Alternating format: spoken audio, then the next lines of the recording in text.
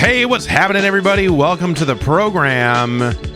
It's me. It's Jeff Gerstmann, your host for this week's installment of The Jeff Gerstmann Show. Coming to you on a Wednesday if you're, well, I was going to say if you're watching live, but I suppose it's coming to you Wednesday even if you're looking at an RSS feed. So, yeah. Wow.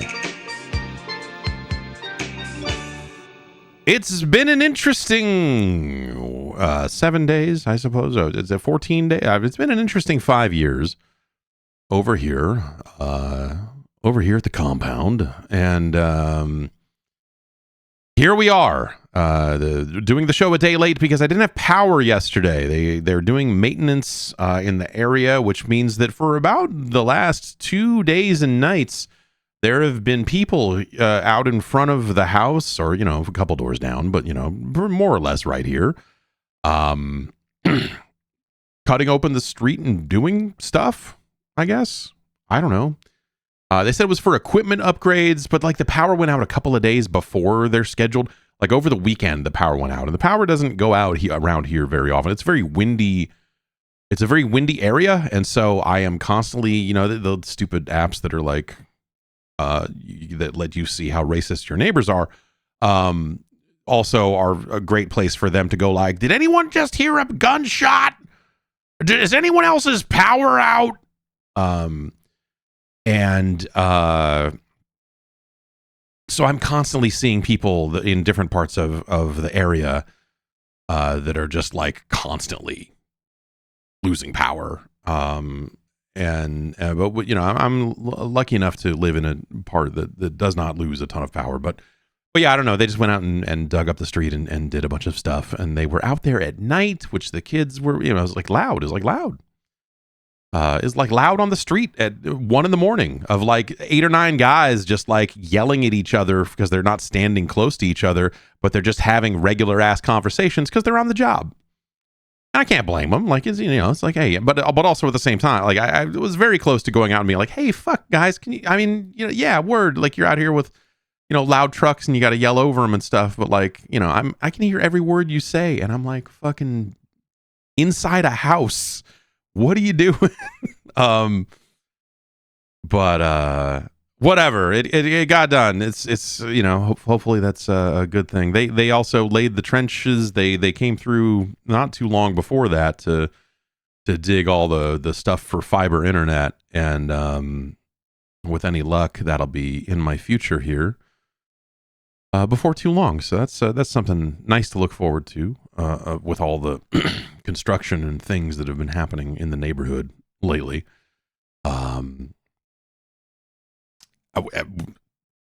Everyone got, I talked about it last week, that my daughter got very sick and we had to get a car detailed, and there was a very large mess. Last Friday, I got it a full week after she was sick for a day. I somehow got the same thing. And it was terrifying, and I was up all night, and it was scary. It was like an exorcism. It was probably a norovirus. At first, I thought it was food poisoning because it's like, well, you know, my daughter was sick a week ago. How could it possibly be anything other than that? But then a day later, my wife got it too, and so that's that. So it's been a lot of like, you know, Pedialyte and crackers, and, you know, just it's been real, you know, like I'm back on regular food over the last, let's call it 24 hours, but it still ain't right. That's for sure. That's been a wild, fun, additional little wrinkle into everything else that's been happening. Anyway, here we are. I don't know. There's I'm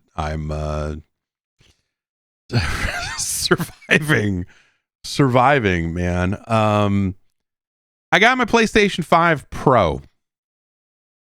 And And you know what? Let's take a quick break. We'll come back. We'll talk PlayStation 5 Pro, Tetris Forever, and everything else. Let's get this break. Let's get on the other side of this break, and then we'll talk all about it. Okay? Be right back. One of the biggest secrets to selling things online is to make sure that process works, is smooth, is great, is secure, is easy to use. And that's why tons and tons of businesses use Shopify. Businesses like Thrive Cosmetics out there with, innovative products and a progressive brand and all of that sort of stuff. They know the secret, and the secret is Shopify. Nobody does selling better than Shopify. It's the home of the number one checkout on the planet. And that secret, then maybe it's not so secret anymore, Shop Pay can boost conversions up to 50%, meaning way fewer carts are going abandoned and way more sales are going through.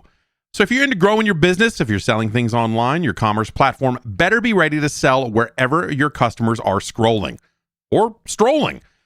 That could be online on the web, on their phone, in your feed, or even in your store. Shopify has tools that can keep track of all of your inventory, even if you have a physical location where you're just selling stuff, directly out the front door. Businesses that sell more sell on Shopify. Upgrade your business and get the same checkout that Thrive Cosmetics uses. Sign up for your $1 per month trial period at shopify.com/Jeff. That's all lowercase.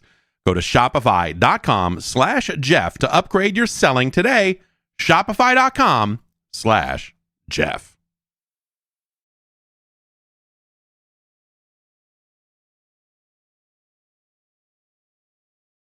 Okay, so the PlayStation Pro, the PlayStation 5 Pro, I guess we have to, now that there's two of them.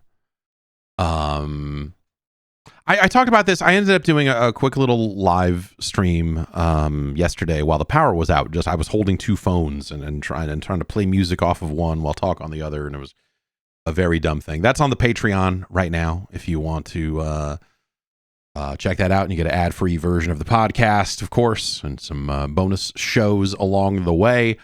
You can head over to Spotify, patreon.com/Jeff Gerstmann, and you can hear that there. Also, a full review of Call of Duty Black Ops 6, which I wrote last night. I was going to. I bought a monitor stand. I was going to rearrange some monitors and redo some desk stuff. And I was just like, I don't want to do this. I don't want to do this right now. And then ended up writing 3,200 words on Call of Duty Black Ops 6 instead.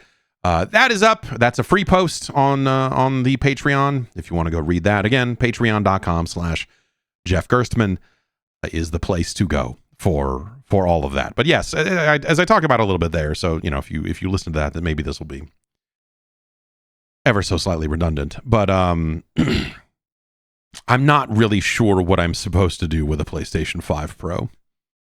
I've spent most of my time with it so far actually figuring out video capture stuff with it, because something about it is different.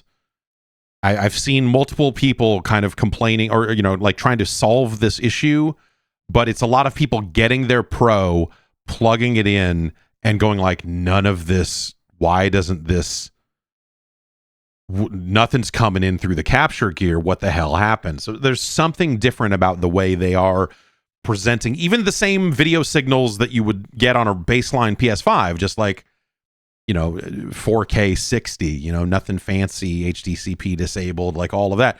Like there's something going on with it that is making it a little bit more difficult to capture, but not impossible. I ended up replacing some gear, which I talked about as part of the PlayStation 5 unboxing on Patreon. If you want to see the insane gear list of things that I was looking at, it turns out the box, the $150 Farisa box, these no-name weird brands that I picked up, works wonders. It seems to be better than the Ore that I had before and the Easy Cool boxes that are not up to snuff just yet, but I'm sure they will have to strike back with some great device somewhere down the line, I'm sure.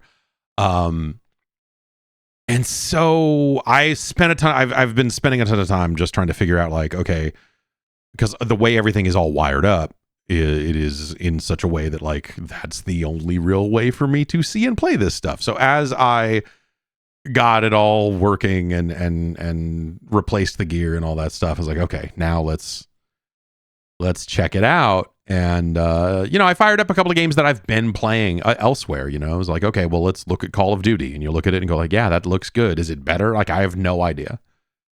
Like, there's nothing in the games that I've seen so far, like Diablo, Call of Duty, and like one or two others have immediately seemed like it's the sort of thing where you would have to do A/B testing or have someone point it out to you.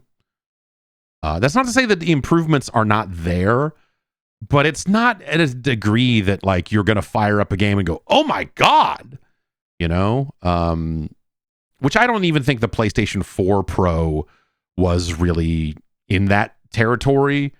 I think everyone can agree that the gap between the baseline PS4 and the PS4 Pro is much wider than seemingly the gap between the PS5 and the PS5 Pro. It's a fishy. It's not like an apples to apples comparison, because these days we have the kind of the machine learning based upscaling technology, like NVIDIA has DLSS, and now the PlayStation 5 Pro has PSSR for their dynamic, for their upscaling technology, and that sounds very cool in the same way that DLSS is cool. It's not necessarily new technology. It's just like, hey, here's a thing that this didn't do before that now we can use to leverage this power in a slightly different way, which is why I say it's maybe not quite an apples to apples comparison to the way the PS4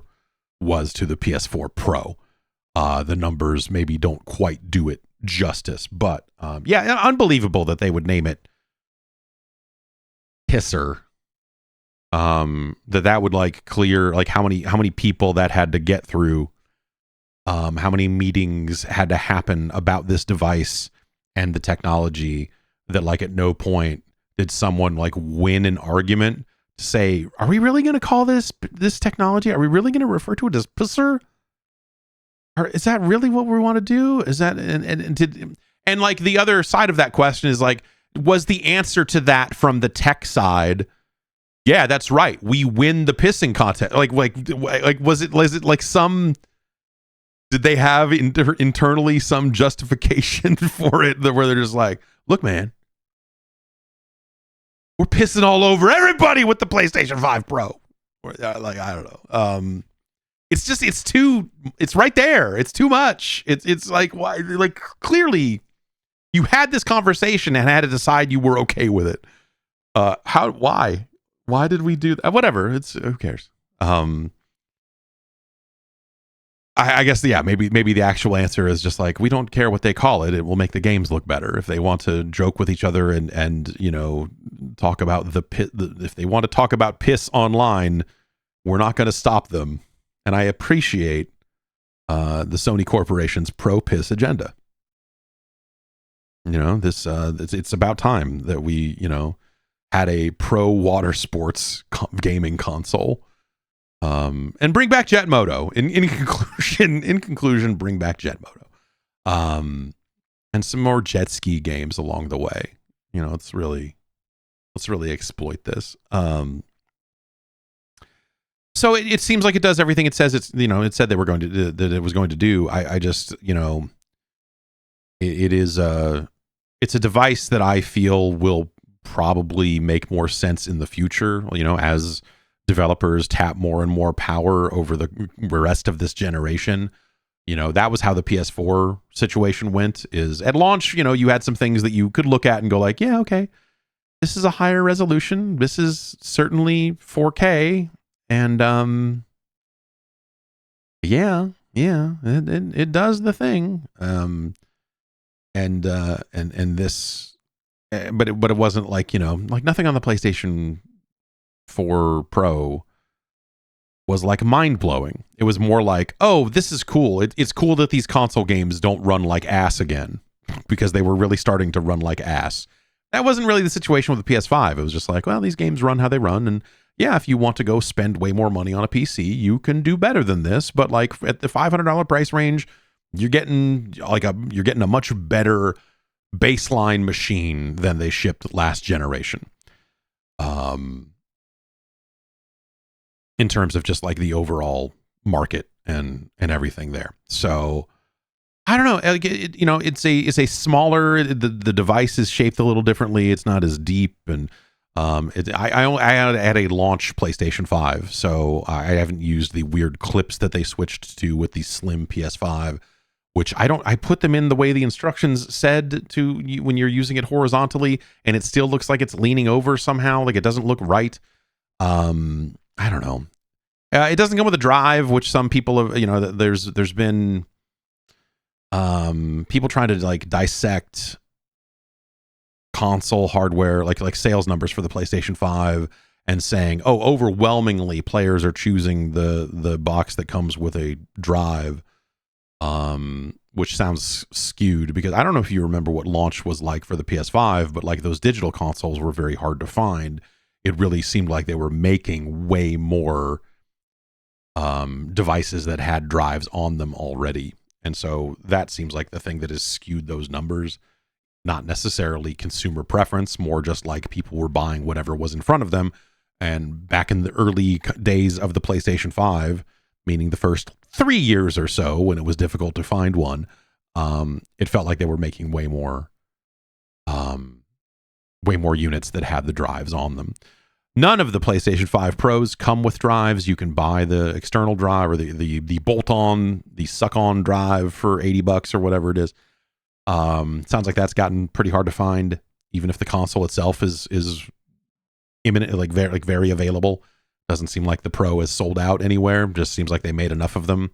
That doesn't necessarily seem like a damning thing for the console. It sounds like, based on their earnings numbers or some of their earnings reporting, Sony has said that they are tracking slightly ahead of the PS4 Pro in the same kind of aligned time frame. So they're selling a little bit more of the PS5 Pro than they did of the PS4 Pro, and yeah. So and they don't care. They seem pleased with that. They're not out here trying to sell a zillion Pros. They're out here trying to just sell anything they can so that they can then go on to sell games, and that makes sense. They've, the criticism, when people said like, oh, have you seen, because of the extreme price of this thing, have you seen it dampening demand? Have you seen it impact the overall perception of this and that? And, Sony's response was very much just like, this is a luxury item. It's not for everybody. And I think that's a good way for them to frame it. Luxury is always such a dumb word, because it's not luxurious. It's a PlayStation. If you want to play console games the best way you possibly can, this is currently the way to do that. Is that benefit going to feel like massively improved over the baseline experience of a PlayStation 5 or an Xbox Series X? I haven't seen that so far. You'll see some better ray tracing. You'll see the upscaling used to more dramatic effect. Certainly as time goes on, I think we'll probably see more of that being used and used better. And so I think it will eventually kind of find its place. And I think that's where the value is, for me. Like right now, the only game that's on the list of like supported things that is like recent that I am playing is Dragon Age. And I'm already playing Dragon Age on PC. I'm not interested. I'm not willing to start over. And so I'm not going to play. Basically, I bought a PlayStation 5 Pro and I'm not currently playing anything on it. So I'm kind of waiting for the next batch of games to come through or whatever. And then I will play some more games on that thing and see how it goes. But yes, that is the current status of the PS5 Pro. is I don't think you need one. But if you want one, I think that's absolutely valid. If you want one and the price is not chasing you away or whatever, like, yes, I'm sure. I highly suspect that over time you will see the benefits of the more powerful PlayStation. It might not be massive, but you will see something. You will see something, just hopefully something more than just like, hey, the ray tracing is somewhat better here. Like that's not really a big mover for me. I don't know. The other stuff is like, I'm still pretty bummed about the way they're positioning it. Or rather the way that games are addressing it. The way that games are saying, hey, we always had performance and fidelity toggles, and now we've got performance pro and fidelity pro. In the case of, like, I think Spider-Man is doing that, where they've just got like, here's 2 more modes for you to fucking fret over, instead of just saying like, now there's no compromise. Like they can't even on day one, they cannot even accurately market the PS5 Pro as like gaming without compromise, which would make a lot of sense, because I think those toggles suck. I think they're terrible. But we're still here, but we're just like, they've kicked the can down the road. They've bumped up the quality of both settings, and they're still like, do you want it to look like better, or better but faster, or faster better, or better faster, or faster better, or better? It's weird, man. I think that's really weird. Yeah, Lego Horizon doesn't seem to have any enhancements on the Pro currently. There's always going to be that overlap. Like with the PlayStation 4 Pro, I remember seeing a lot of the internal documentation around like Sony and what they were requiring of developers. And it was something of like, hey, if you're submitting a game after this date, and that date was like months before the launch of the PS4 Pro, like you must be like Pro aware. Like your game must at least be aware that this thing is here. Like they weren't going to mandate like you must have performance increases, but they were like, hey, you need to at least account for this and make sure it doesn't break when running on this, and like that sort of stuff.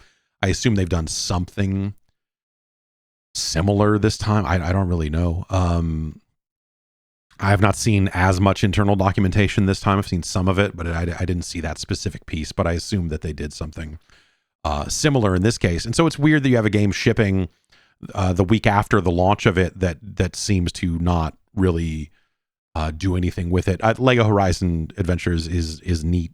It's not.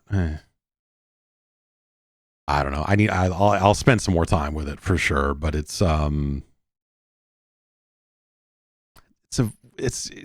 is every bit the weird choice for making one of those out of that property that it seemed, I guess, is my take on it, of just like, yeah, you did that, I guess. I don't know that you did it as well as, I don't know that you did that as well as it has been done in the past. Like the Lego games, there's certainly been better Lego games. So I wouldn't even necessarily say, hey, it's another one of those. But it just, there's aspects of it where you go like, you could have done better by the Horizon franchise here, and you probably could have done better by the Lego franchise here as well. It's I don't know. It's not a great fit, I guess, is my feeling on it.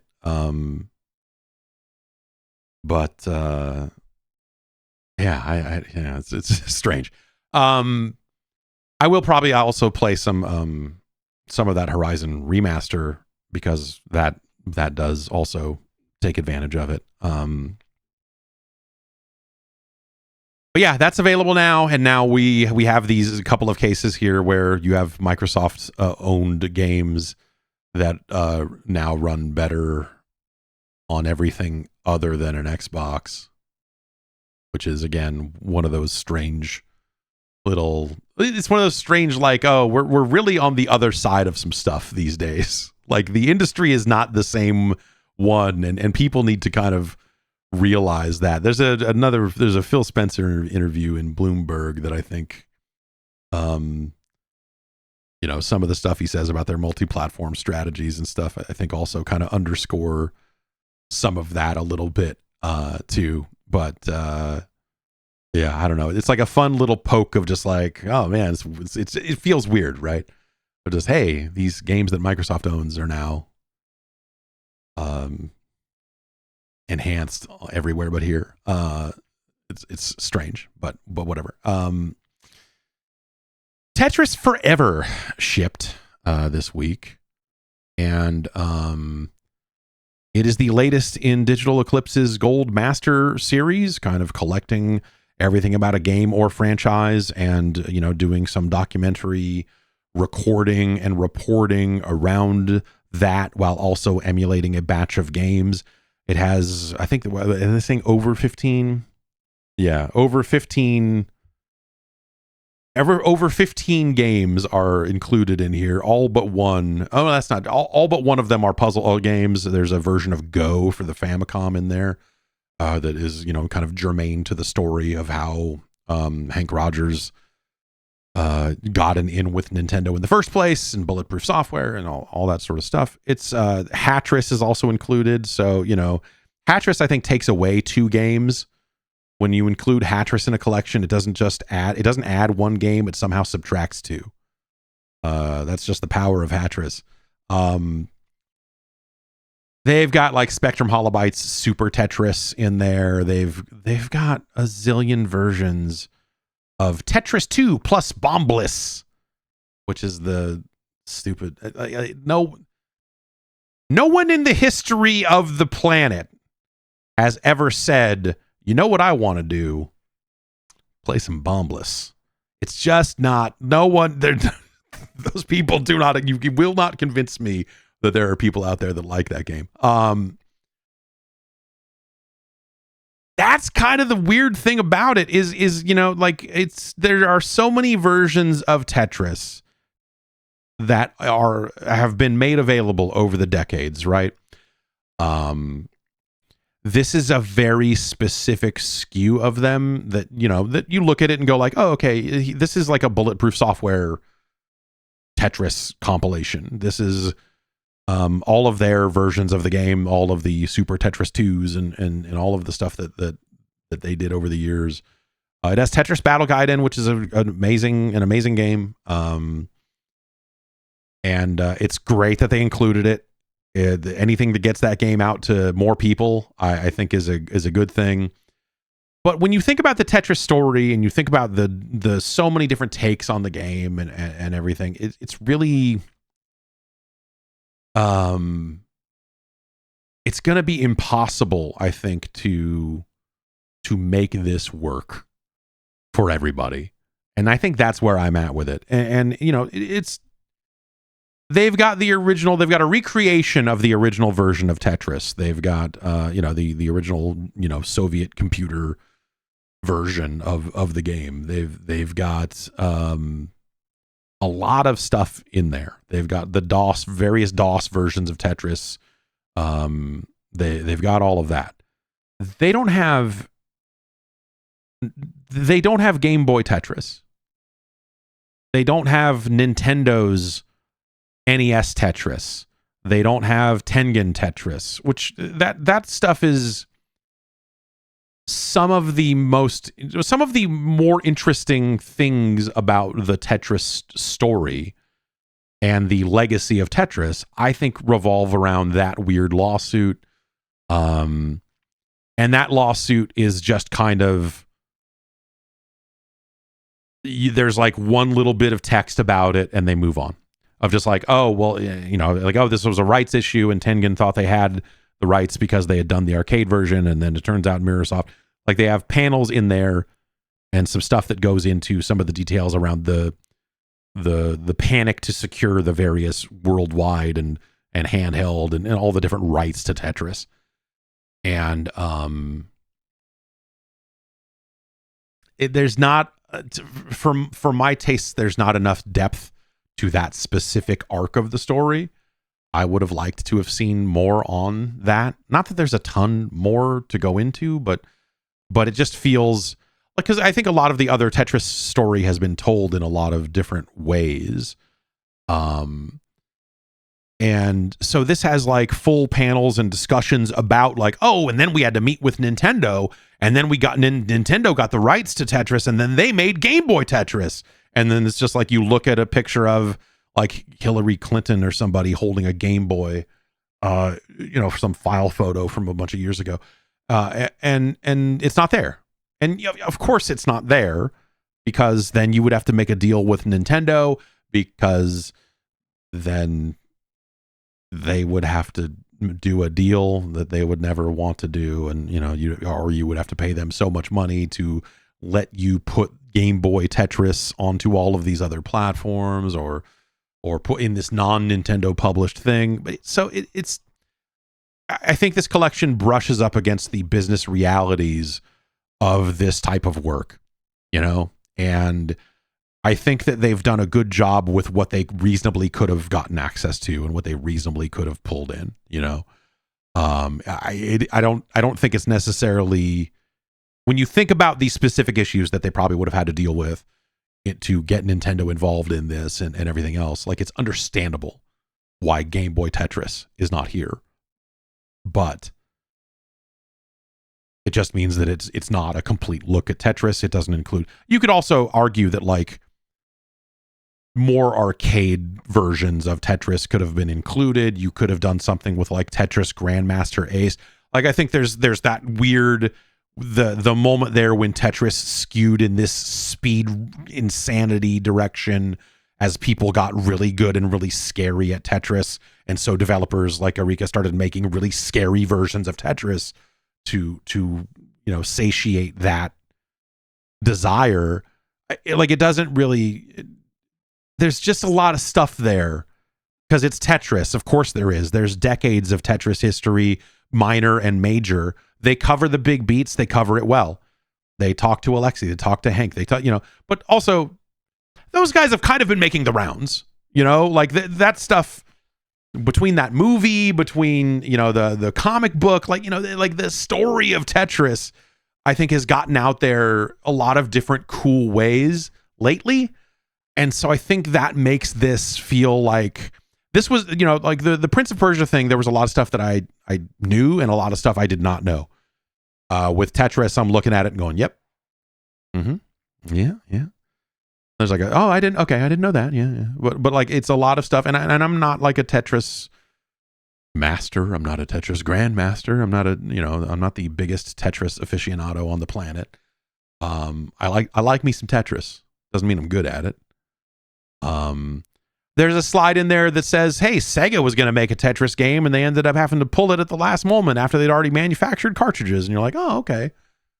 I guess I remember that they made a Tetris, but I don't remember what happened with it. That's interesting. But, there's maybe not as much depth to that, basically like, hey, the stuff that I didn't know, I wish there was more depth to it because I would like to know more about it. And so there's aspects of it that just feel, like I wish there was more. I wish there was more. For a $35 package, there's a lot of versions of Tetris in there, and it's I like the Spectrum Holobyte stuff, but seeing the Spectrum stuff in there makes me wish that they had put Wordtris in here.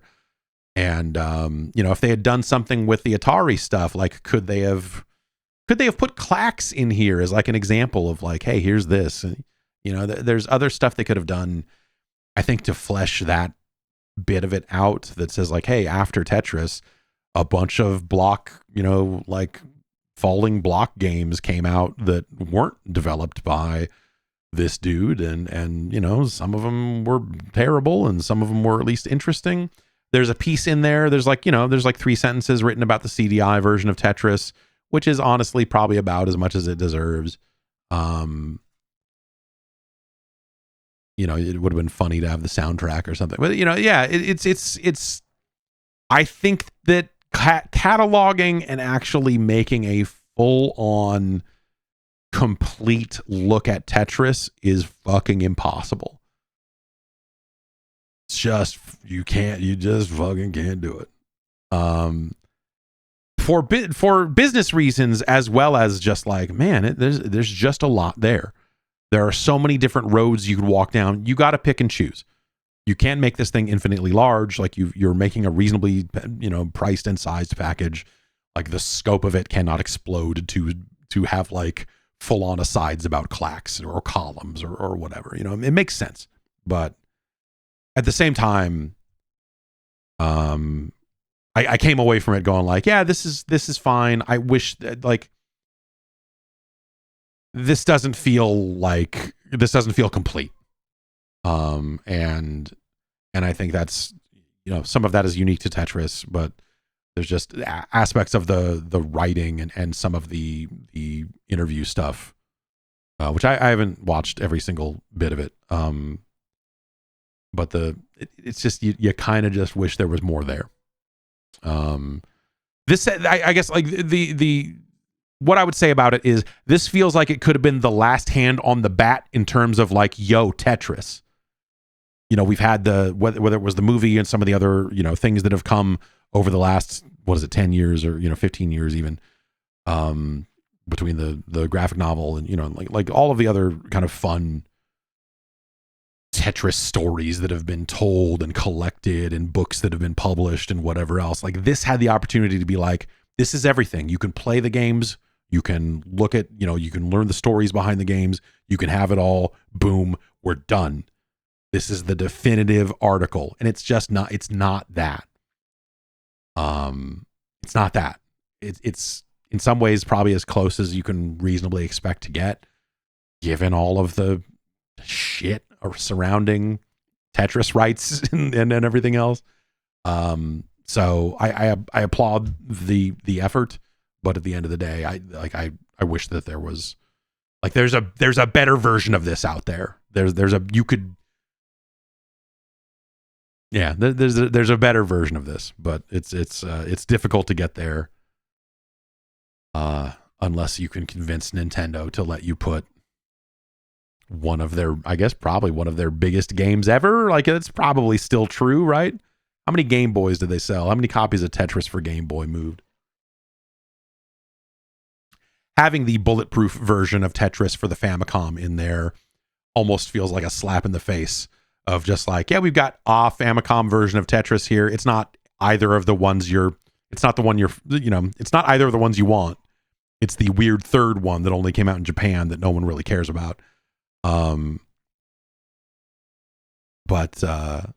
yeah, it's a good story. It's an interesting story. You might already know the broad strokes of it because, I think a lot of that has been swirling around out there in various forms for so long. But yeah, this is a good kind of addition to that list that I wish did more. With that, why don't we get into the news? Phil Spencer showed up at the Bloomberg offices and sat down with them for not much. Like this is a weird, like they got access to Phil Spencer and there's just not much to say here. I don't know if they just, like it was a weird time or there was just there, but like the kind of nuggets to pull out of this are that they're not necessarily out of the acquisition business. That's kind of that's the headline. That's what they're going with at Bloomberg is after a tough year. They're still looking at acquisitions and charting how to compete and partner in the markets for handheld game devices and mobile stores. And so that's sort of the focus. Phil Spencer said in an interview Tuesday at Bloomberg's offices in New York that deals that add geographic diversity, including in Asia, might be worthwhile. Buying another mobile company would add to titles Microsoft picked up in its $69 billion acquisition of Activision Blizzard. And the quote here is, "We definitely want to be in the market. And when we can find teams and technology and capability that add to what we're trying to do in gaming at Microsoft, absolutely, we will keep our heads up. Still, there's nothing imminent and very large deals are probably off the table at present. because they're still spending a lot of time absorbing Activision Blizzard employees, is what he said. And that he also stated that they want to diversify the teams working on games by looking more to China. It says it's been a good area for us to learn from creative teams that have real unique capability. The real opportunity is to partner with creative teams in China for global. I assume that means for work that hits globally.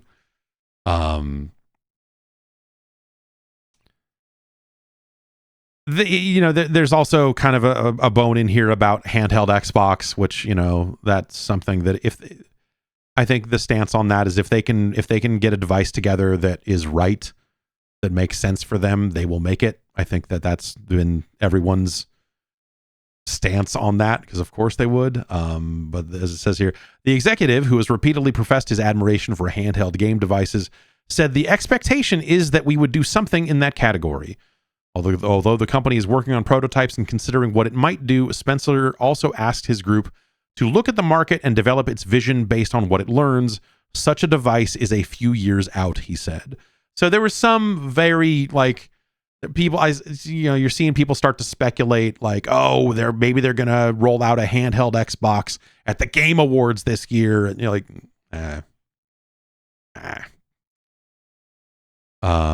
longer term, I love us building devices, Spencer said. And I think our team could do some real innovative work, but we want to be informed by learning and what's happening now, which is like a weird. So this also kind of gets into the mobile story. Like they originally said they were going to ship their own store on mobile devices, because of the Android stuff opening up and iOS opening up in the EU. That they wanted to be ready with something there. But it says that's basically things aren't necessarily in the right spot for that for that to work right now. The Bloomberg story says Xbox President Sarah Bond had announced the store in May with a planned release date of July, but staffers are still talking to mobile developers, including those responsible for Candy Crush and Call of Duty Mobile, to figure out a plan. And that, a lot of those court cases about phones and, open devices and everything are still working their way through the courts. Like that stuff hasn't been settled. There's a good quote here that I think, I think it mirrors some of the attitude we saw in some of the emails about this topic that, came out in court. The quote from Spencer here is, so a web store would mean somebody doesn't have to go into the app store to try to install something, but you still have to find a way to find the store. If we're just hoping if we build it, they will come, I'm going to bet that doesn't work.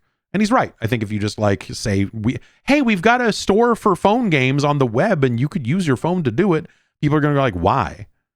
There's a button right here on my phone that does this. What are you offering? What's the benefit to installing mobile games from your store instead of this one? It just, they need to find a hook. And so that is something that it's smartly, it seems they are going to not just roll out some shit and go I don't know, and let it die. So that's probably smart. But they are preparing for, a world in which the devices are more ready to accept that type of stuff. The quote here is, I think the ball is moving in the right direction. I think this idea of open platforms where users have more choice, creators have more choice.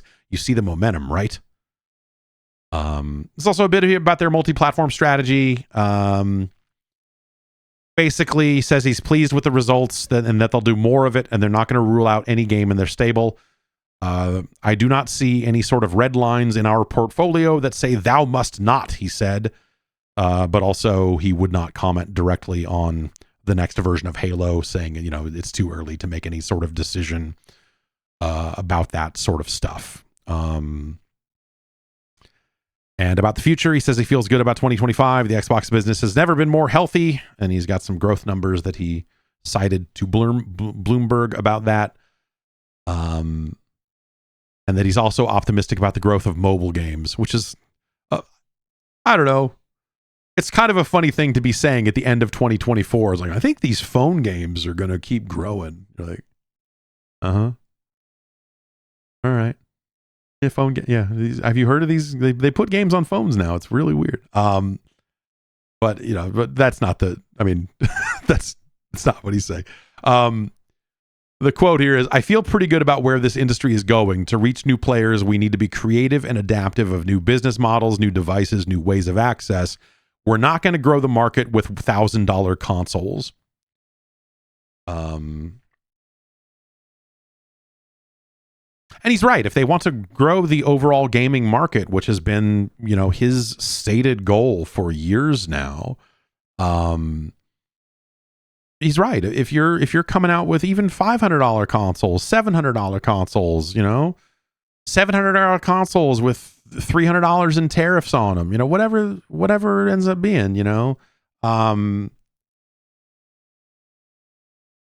there are people that are just not going to buy those things. And the games, the output of Microsoft, I don't think has necessarily justified those devices all that well in the first place. And so, if they can get the software output right, that will certainly help their console market. That's a bold take, I know.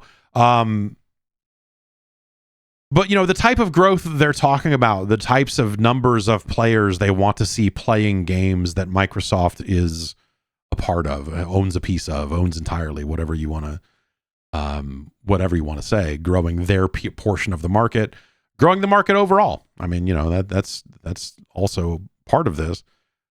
You're not going to get consoles to suddenly sell 5 times the number of consoles that they're selling these days. PlayStation is doing significantly better than Xbox in the space in terms of like selling consoles. Like, yeah, like worldwide, of course.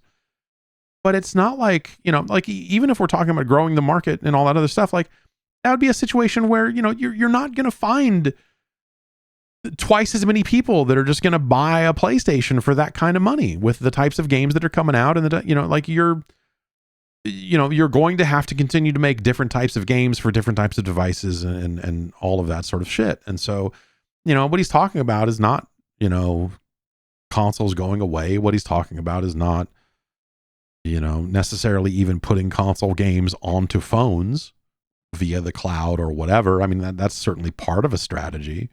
But to me, this says, when you talk about being creative and adaptive of new business models, new devices, new ways of access, it's, hey, like Microsoft doesn't really make phone games. What's the best phone game that Microsoft has ever made? It's Wordament. I'll tell you, it's fucking Wordament, and it's a good ass game. You like Boggle? Might I recommend? And now, of course, they own Candy Crush and everything else there. So they've got something with some size as a part of their portfolio. But like it's not like there are a billion new Candy Crushes coming out all the time, and how do you make those? And you can't just swing for a Candy Crush sized success every single time. The number of mobile developers that have fucking crashed and burned trying to follow up on their first big hit is fucking astounding, man. It's just not something you have an easy time doing, I guess. It's this thing, when EA was talking about Apex in their earnings call last week, and the response, someone was saying like, well, when do you do like an Apex 2 or something like that? And they were like, you don't, man. What you make a sequel, then you got to figure out how to get everyone to jump from one to the other, and that's a scary thing. So you're probably better off just continuing to iterate and build on your existing thing, instead of saying, hey, the thing you downloaded, the thing you already played, you got to download another thing now. And getting people to jump through that hoop all over again. You're better off just updating and upgrading the hoop that they already have. And so, making a Candy Crush 2, Candy Crush 3, whatever, that's a really weird thing to do. I don't know. Like this has been their kind of stated goals and policies, I think, for a while now. The bit about the handheld stuff not being soon, I think, is not necessarily surprising. It's not like that handheld market is moving at a mile a minute, right? You're seeing more players entering the space with their like Steam Deck competitor or their Windows-based devices or whatever, after what the ROG Ally and some of the other stuff that have come along since then. You'll probably see some more players enter that space. Like Aya Neo has their flagship device coming soon too, and there's a lot of crazy handhelds happening across the spectrum, whether you're looking for Linux-based devices or Android-based devices at the weird end of things, or if you're looking for the things that are going to be sold at a Best Buy or whatever, and are going to be a little more mainstream.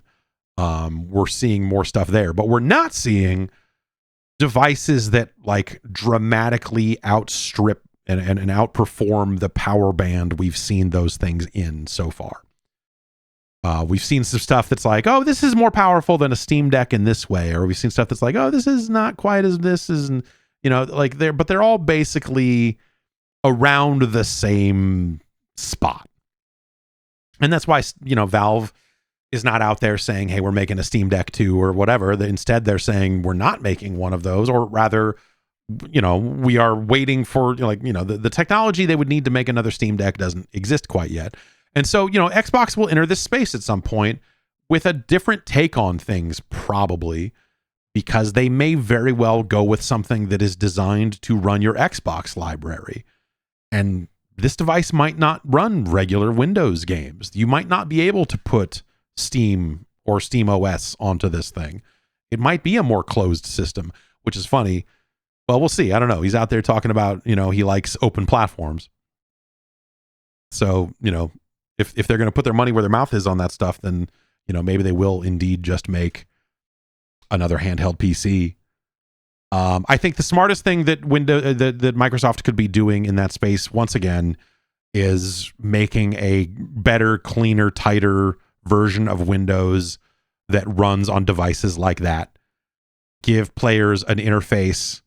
It needs to be powerful because you need to still be able to get into the guts of it and treat it like a fucking real computer. But you also but having that thing boot up to just Windows, I think is a really shitty experience. And so I think that as they prototype and as they build things, if they're going to go in that direction of doing a Windows-based device, the smartest thing they could be doing is making a really good gaming focused, handheld, touchscreen, whatever focused version of Windows. Like Windows 8, something nice. No. But something you can navigate better with a controller, something that, is very focused on those types of experiences. I think that would be a very smart thing for them to do that would make their device very good and would also make all of these other Windows-based devices that are being sold out there better. That's Valve's big benefit, and Valve's big benefit for using Linux and everything else has been they've been able to create something that resembles that kind of touchless experience, that sort of low friction, boots into a UI. It's all built to be used with these controls. They did all the work on big picture mode to make that really good, and then built a small big picture. And it's a fucking great device. It's a fucking great device. It's cool. It's got a ton of versatility. It's open. It's, it feels wild.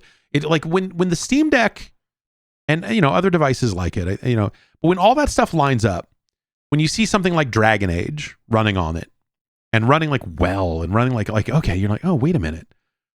This is fucking crazy. It really is there are magical moments to be had in those sorts of things. The handheld PC, because you're like, this is it's crazy that this fits in my hand and I can do this, and it's easy, and it's not it doesn't have wires hanging out of it. I didn't cobble it together myself and go, look at it, it's rad.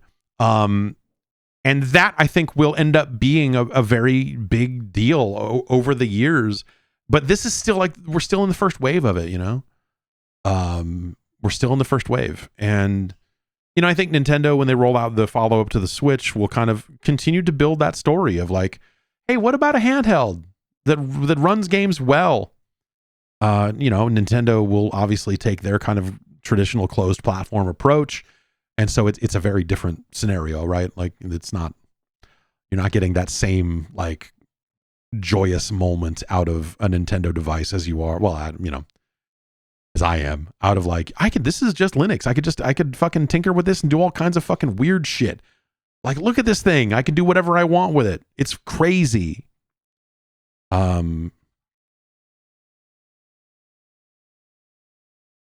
I think that's really neat. And as the docks and stuff get better, you know, like hooking it up to a TV, like you could envision a scenario where someone plays most of their games on a device like that and they dock it to a TV when they want to play it, you know, just like with the Switch, but with a much wider catalog of available games, and more power at your disposal, which helps. Presumably the follow-up to the Switch ends up being probably somewhere in that same, you know, it'll get there differently because it's, you know, it's a different CPU situation and all of that. But yeah, it's an interesting market for sure. And so, you know, I think as Microsoft thinks about getting into it, I have to think, what do they think they can bring to it? And is it like, hey, we can offer better support on the OS side to all of these OEMs that are out here making these devices? We will also make our own flagship device that is you know, purpose built for playing games and doing this type of work. And how does that all work? You know, I think that's a really exciting thing. But to me, the excitement is really, a lot of the excitement is very tied to it being an open device that I can do a lot of weird things with. If it is a closed system, again, if Microsoft says, here's our handheld Xbox, and you turn it on and it's just the Xbox dashboard, and that's all you can do with it is, you know, like that is certainly of an appeal. You know, hey, here's a great device for Game Pass. It runs these games really well on this screen. It's a nice looking screen. You can, you know, the interface is very clean and easy to understand. Like, that's certainly appealing. I mean, the Switch is appealing, right? But it's not, that's not something I'm necessarily looking for, because in that scenario, you know, the handheld isn't necessarily worth the compromise in power and you know, for all of that stuff. If I'm going to go closed system, then, you know, like, you need to have a benefit, and that benefit needs to be that this stuff runs great on and this stuff is extremely powerful, and this stuff runs on TV. This stuff, you know, Nintendo gets away with that because they're Nintendo, and they can say, this is where you play the Mario. And you're like, oh, okay, yeah, this is where I play the Mario. I'm in. Yeah, great. I want to play the Mario. So it's good that you made a thing that I can use to play the Mario. I will probably hook it up to a television to play the Mario, and then I'll have to figure out controller situations, because I think that their Pro controller is bad. But yes, let's play the Mario. Can I have can we do like another? Can we do like a Kid Icarus on this? No. Okay, all right. That's fine. We do like a Urban Champion? No, Urban Champion 2. Can we get a? No, all right. Okay. Well, all right.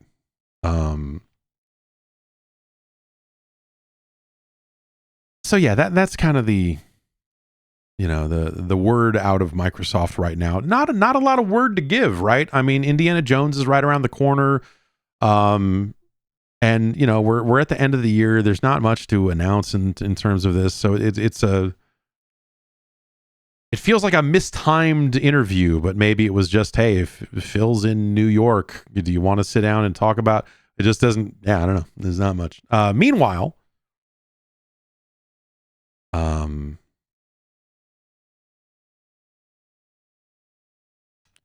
Down in Maryland and Texas, Bethesda workers are on strike for a one-day strike, representing what Video Games Chronicle.com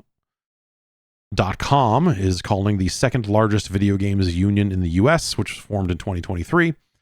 According to the union, ZeniMax workers are currently required to go to the office twice a week, but it claims many are being denied their remote work requests. Additionally, they're seeking to limit the percentage of QA testers that are outsourced in comparison to the number of full-time workers present in its bargaining unit. So, yeah, not, unrest inside the Xbox family, whatever you want to call it. Let's not call it family. Let's get in the habit of trying to not call your job your family. In the Xbox cabal, I don't know. Anyway, so yes, that is happening. That at the same time that that this interview is or around the same time this interview is happening, with not that many details, other than him saying that the Xbox business has never been more healthy. We're seeing some signs of unrest around the edges here. Speaking of handheld PCs. There's another limited edition Steam Deck on the way. This is going to launch next week. They're doing one in white. It will launch November 18th at 3 p.m. Pacific time. It will cost $679. It will be available in all of their shipping regions. Hong Kong, Taiwan, South Korea, and Japan included. They're going to be doing... Australia will get in at this time as well. It's a 1 terabyte device. It's white with some gray accents. It looks very nice. It's a very nice looking Steam Deck.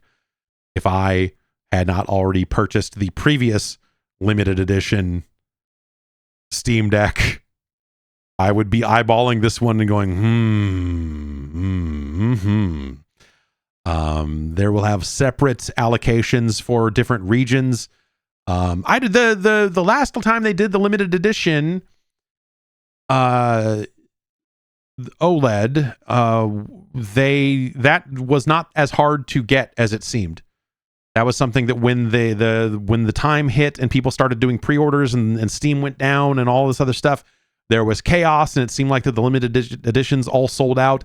And then I came back and sat down on my computer like hours later and just like hit F5, and it was like, do you want to buy a limited edition Steam Deck? And I was like, yes, I do. Yeah, weirdly enough, yes, I do. And so I just went and ordered one in an orderly fashion hours after they went live, and that was that. And then I had to cancel the other one I was getting because I was going to get a non-limited edition OLED screen, and so on. Meanwhile, most of my time on the Steam Deck is spent playing Game Boy games. It's been an amazing companion some of these nights, just to sift through the Game Boy library and see some of the stranger sides of it that shipped around the world. But yeah, it's a great looking device. I don't know. This white Steam Deck is very nice looking. GeForce Now, NVIDIA's streaming service, is going to implement game time limits to prevent you from just playing forever, I guess. I don't know why they're doing this. I don't know what if you're an existing member, this is not going to hit you in for like another year or something. But it'll be for new members for sure.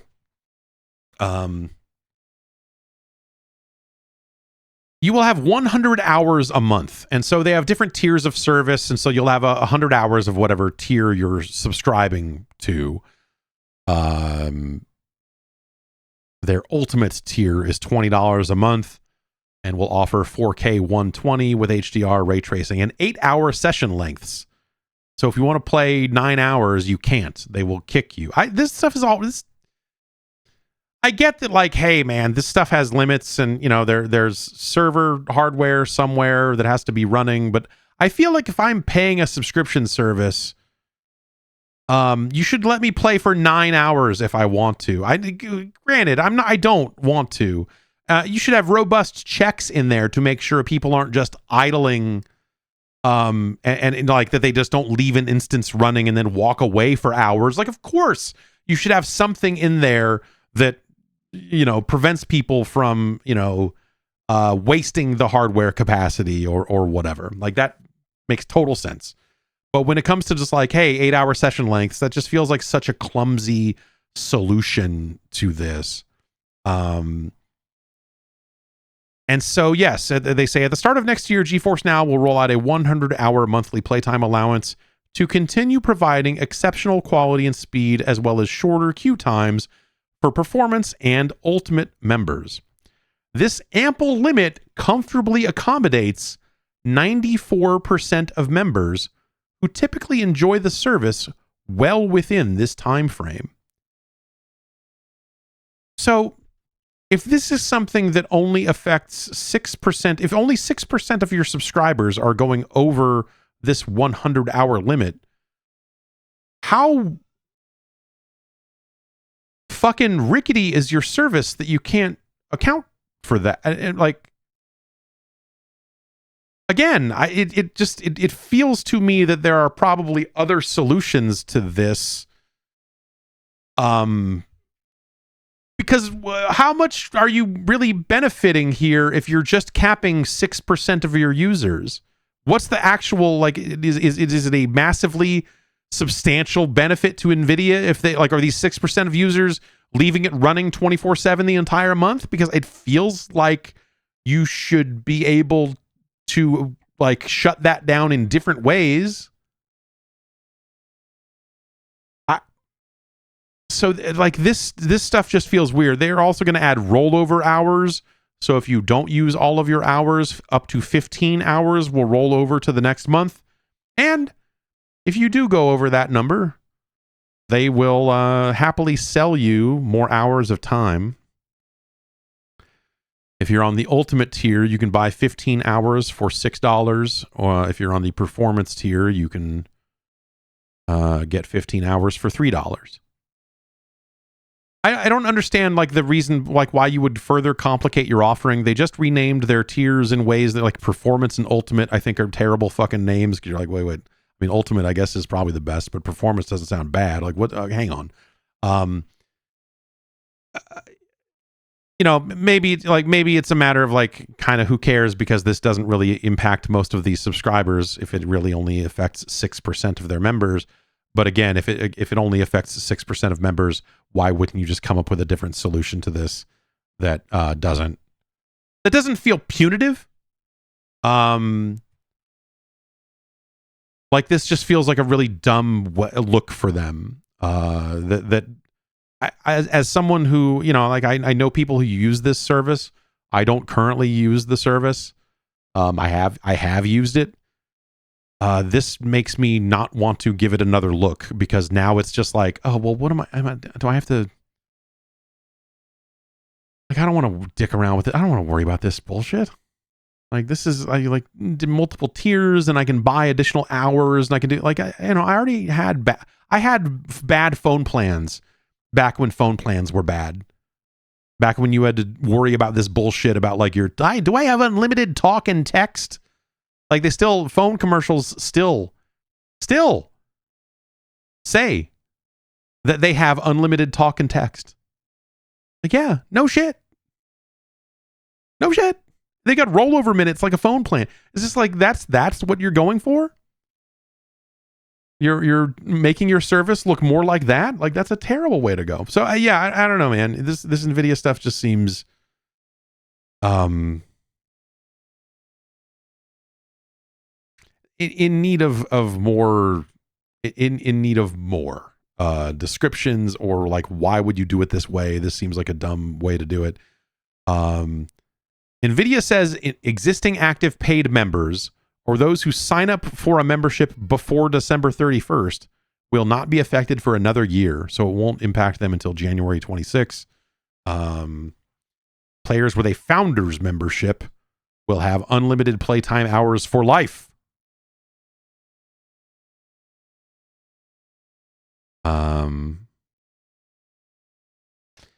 And they still have a free tier, which is ad supported. It only supports 1 hour game sessions and stuff like that. But I don't. This stuff should be like no brainer territory. This stuff should be like, hey, do you just want to play games? You can click this button and fucking do it. Do you care about graphical? Like having a split between graphical fidelities makes sense because obviously it's, you're streaming. It's very easy to understand. Like, oh, well, the costs are going to be higher if I'm streaming 4K 120, feeds from your servers. Like I understand why this would cost more. That's an easy sell.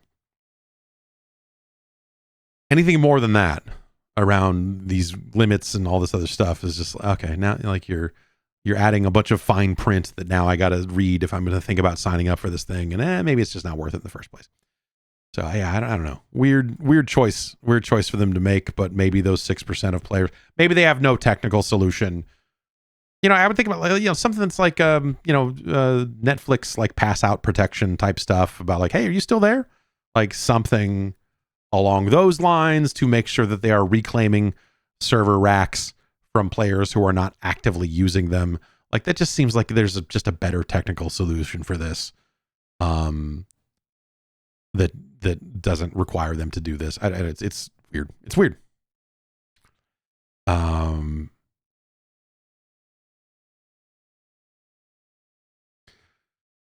Sega posted something 7 days ago called the Sega Classics FAQ.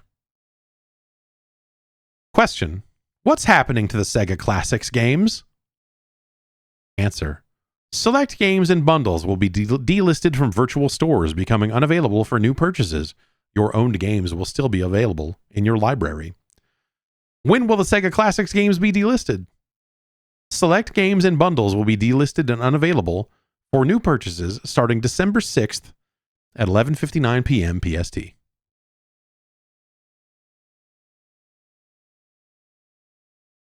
Will I still be able to play the Sega Classics games? Absolutely. All Sega Classics games and bundles you own will remain in your library, ready to be downloaded and played at any time.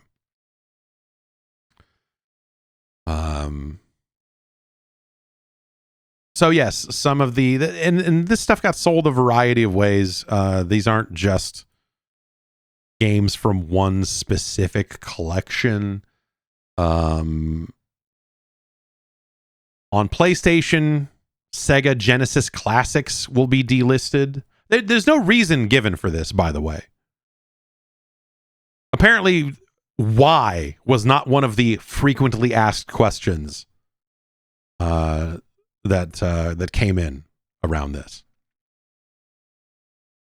On the Nintendo Switch, Sega Genesis Classics will be delisted. On Xbox, it's a larger list. It's Sega Genesis Classics, but it is also Altered Beast, Crazy Taxi, Golden Axe, Monster World, Nights into Dreams, Sega Bass Fishing, Shinobi, Sonic the Fighters, Streets of Rage, SVC: Toe Jam and Earl, which is, what is that? Sega Visions Classics. It was like some other classics line that Sega came up with back on the Xbox 360.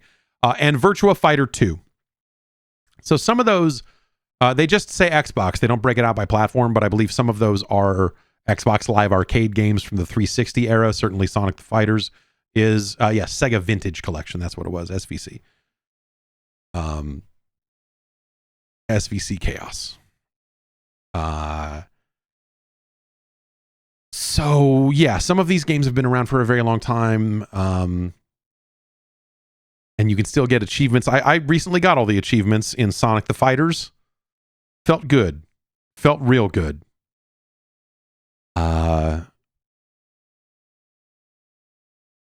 Here's the list for Steam.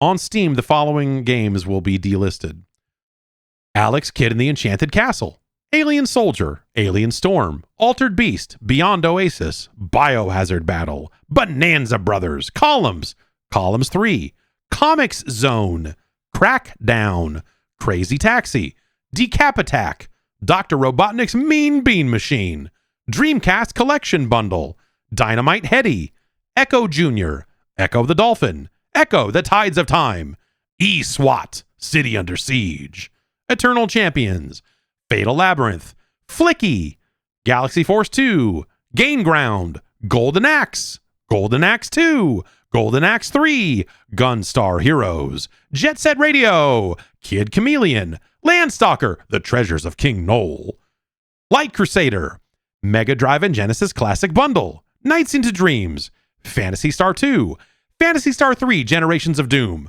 Phantasy Star 4, The End of the Millennium, Rystar, Sega Bass Fishing, Shadow Dancer, Shining Force 2, Shining in the Darkness, Shinobi 3, Return of the Ninja Master, Sonic 3D Blast, Sonic Spinball, Space Channel 5 Part 2, Space Harrier 2, Streets of Rage 2, Streets of Rage 3, Super Thunderblade, Sword of Vermilion, The Revenge of Shinobi, Toe Jam and Earl in Panic on Funkotron, Vector Man 2, Virtua Fighter 2, Wonder Boy in Monster World, and Wonder Boy 3 Monster Lair.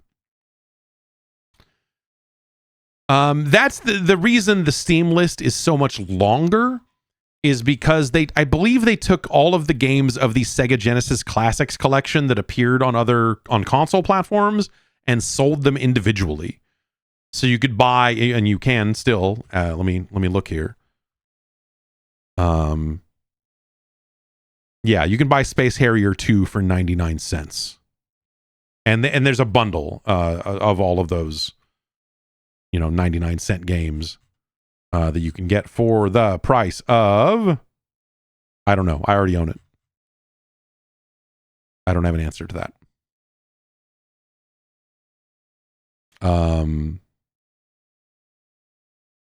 I assume this means that a new collection is coming soon, and they're going to package them up yet again and sell them yet again.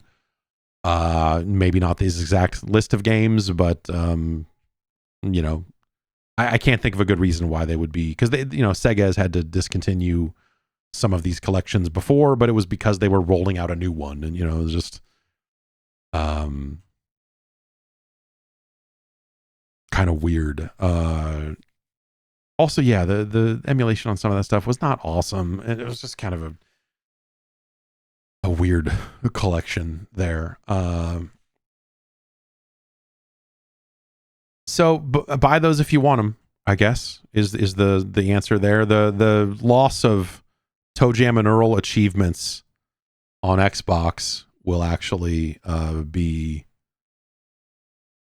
I look at that as like that's kind of like the longer term loss, is the getting achievements in some of these Xbox games that have been around since the 360 era.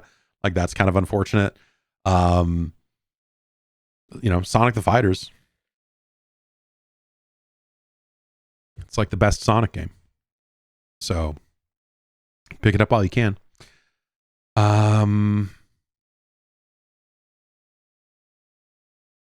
And we'll see what they're going to do. I wonder, hey, are they going to re-release yet another compilation? Are they going to do some sort of weird thing there? The stuff on Steam was crazy because it had like Steam Workshop support, which you could technically use to like replace the ROM. So, it was like people were kind of using it to be like, oh, here's a ROM hack of this game. We're using the Workshop to do this, and it plays this. But then instead of a patch that would just replace part of the game, it would just be like, here's a different Genesis game. And so people were like uploading fucking bootleg Genesis ROMs to the Steam Workshop. It was just fucking weird.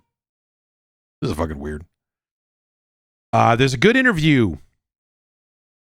VideoGamesChronicle.com has been doing some like a number of good interviews lately. They interviewed Ukes not that long ago about kind of like their history in making wrestling games and all of that. And that was a fascinating read. They interviewed Justin Scarpone, who is at Sega as the global head of transmedia. And so he's in the position of like licensing stuff and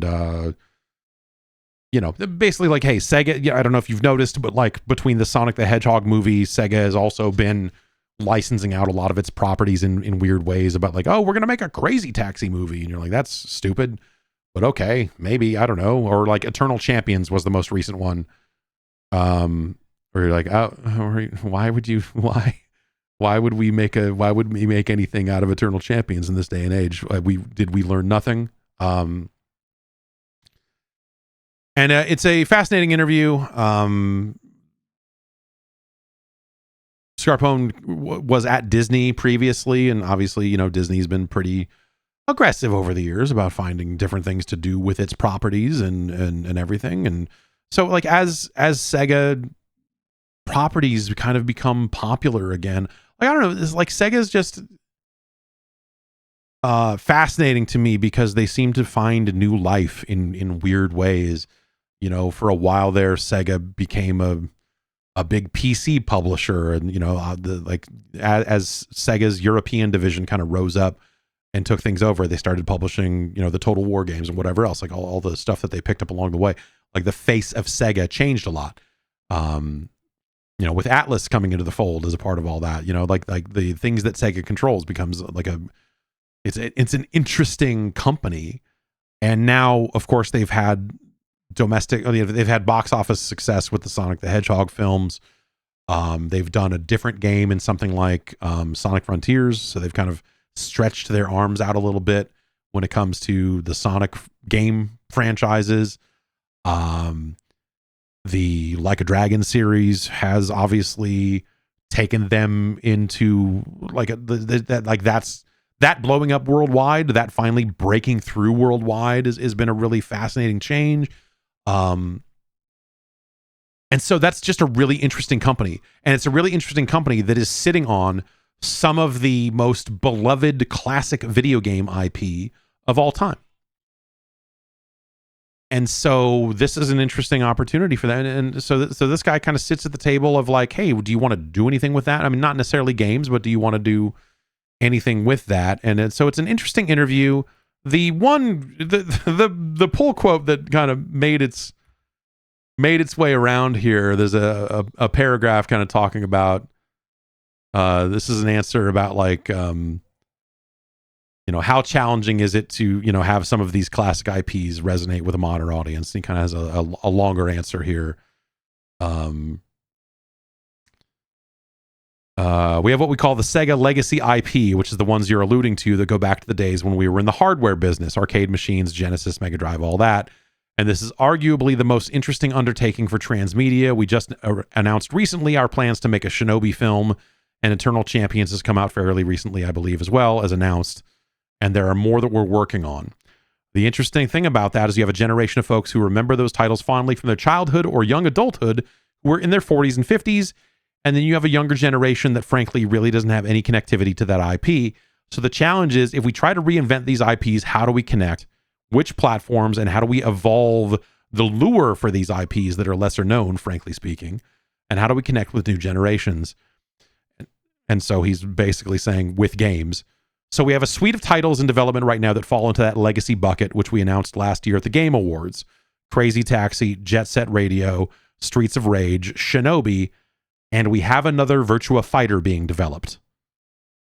And so all that's very exciting. And then in certain instances, we're also doing animation series or live action films to augment that and be a part of those roadmaps. Shinobi is a case where we both have a game and a film, and in planning and production is the case today. So will that resonate or not depends on if we have gotten better as storytellers and if we can reach younger audiences while also reigniting the core fans. It's a big, big challenge. So there you I mean, that's, hey, he's just like, hey, by the way, we're working on a new Virtua Fighter. Like, hey, which, you know, again, everyone kind of knew that's not necessarily new news. It is new news to have someone at Sega say, hey, a new Virtua Fighter is being developed. I believe that had not, no one had said that. It had become known. It was not an especially well-kept secret that they were, I mean, at least investigating. Like, I don't know that I had heard that they were like straight up in production or anything like that. And they probably are not in full production right now. I don't know,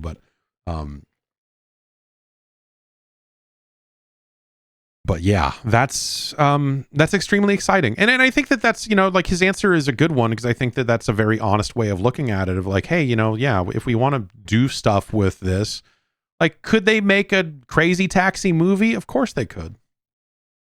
Like, yeah, you could make a video, you could make a movie, an animated movie, a kids movie, whatever, about like a bunch of weirdos that all work for a cab company and they got to save the city, or, like, you could do whatever, right? Like, you could make that work.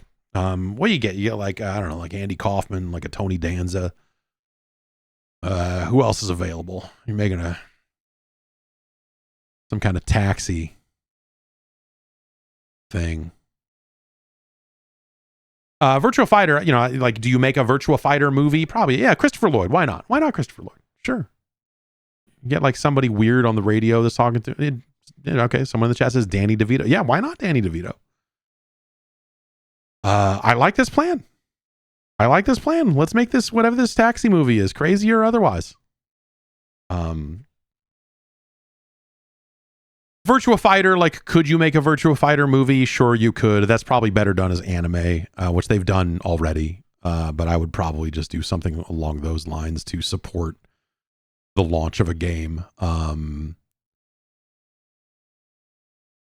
But I've been wanting them to make a new Virtua Fighter for a very long time, and it felt so far away and has felt so impossible. It has felt so impossible for so long because Sega had just become such a different thing, and even now as they come back to these games again, it's hard to. It's not always easy to see, like, oh, would a new Crazy Taxi game be good? Like, could they make a good Jet Set Radio? They're working on it. What do you do with? Do you do something bigger with Streets of Rage? I mean, Streets of Rage 4 was well liked for what it is, but it's deliberately designed as a throwback game. That if that's the opportunity, that's the opportunity. I think you still make those games. But I guess, like, I think it's exciting that Sega is willing to revisit this IP at all, because so many companies are just not. So many companies are letting this stuff just go completely dormant, or they're bringing back one thing and then it doesn't break through and it scares them off from doing anything else. And so they don't. With Sega, it feels like that they have, that they have invested in this, and they're, they seem aware that, like, not everything is going to be a Sonic the Hedgehog sized success with film and merchandise and everything else, but, like, duh, of course. Hopefully that new Shinobi thing, comes through, and, like, yeah, I just, it's cool that they're going to take a stab at a variety of these things, and I hope we see some progress updates on some of this stuff sooner rather than later. But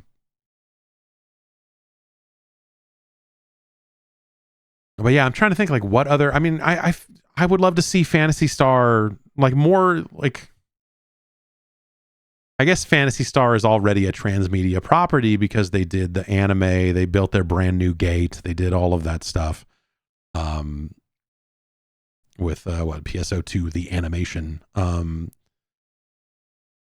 where the school kids all had their Vitas, but they didn't call them Vitas. That was decent. That was good. That was a fine season of anime. That was a totally passable season of anime.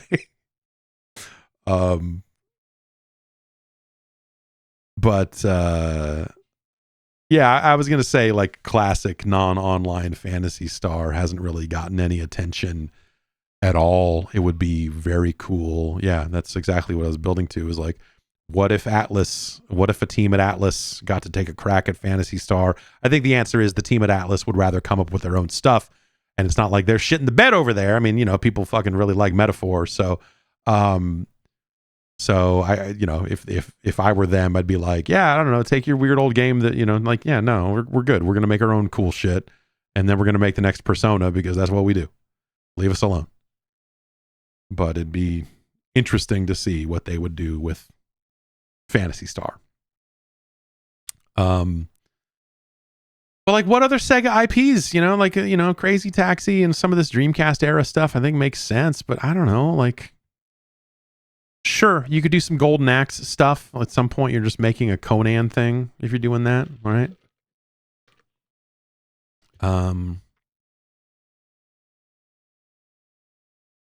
Daytona's a license, so it's not easy to return to that, like Space Channel 5. I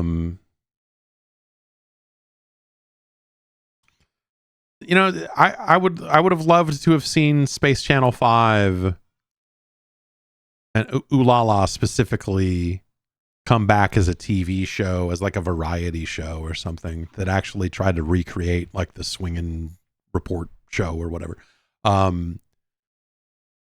In a world where music videos still existed and still had a place on like television or something, it would have been neat to see a Space Channel themed music video show where Ooh La La just introduced music videos and then had interviews and other stuff kind of between it, like a Space Ghost Coast to Coast, but hot or less hot depending on how into Zorak you are.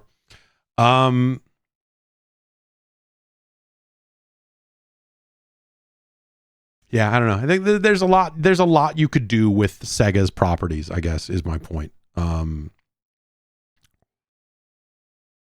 But are all of those things games, and are all of those things big budget games? No. And so when Sega got into their whole like, we're super game and we're making this big massive, like, okay, like if you're gonna make a big massive thing based on these games, like, is that gonna work? That seems really that just seems like a really weird one to, like weird nuts to crack on that one.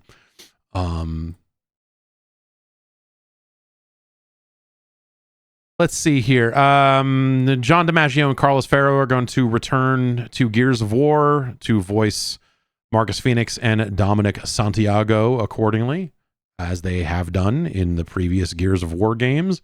Gears of War E-Day is the full name of the upcoming game.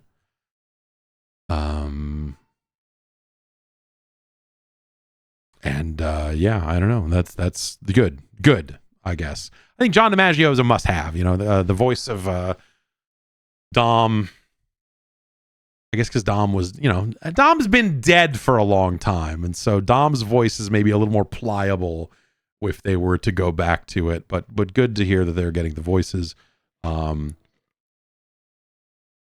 stuff I've heard about that game so far sounds like they're making a Gears of War game. Like it's they're doing some stuff with modes and trying some things out for sure, but it sounds like they're looking to make a Gears of War game. But that's, I don't know. I've not heard the full rundown of it, so maybe there's aspects of it that I'm just not aware of. But yeah, it's also earnings season. And so that's, we were talking about some of the PlayStation 5 Pro sales and stuff like that. This was also a time for someone to get on a phone call with Hiroki Totoki, who was the president of Sony, and say, hey, remember that game you put out and then unput out? What the fuck, dude? And so about Conquered, this is pretty much what he had to say. Through an interpreter, this is according to videogameschronicle.com. This is such a weird, and this is such a this is not really a great answer. So there were questions about Conquered, and through an interpreter, he said, currently we are still in the process of learning. And basically with regards to new IP, of course, you don't know the result until you actually try it. So for us, for our reflection, we probably need to have a lot of gates, including user testing or internal eval, internal evaluation, and the timing of such gates. And then we need to bring them forward, and we should have done those gates much earlier than we did. Also, we have a siloed organization, so going beyond the boundaries of those organizations in terms of development and also sales, I think that could have been much smoother. And then going forward in our own titles and in third-party titles, we do have many different windows, and we want to be able to select the right and optimal window so that we can deploy them on our own platform without cannibalization, so that we can maximize our performance in terms of title launches. That's all I have.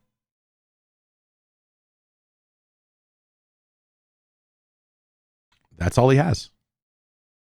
So, Totoki being the head of all Sony, like, he's not going to be down in the dirt with the game stuff as deep as Herman Hulst, and his counterpart on the hardware side are.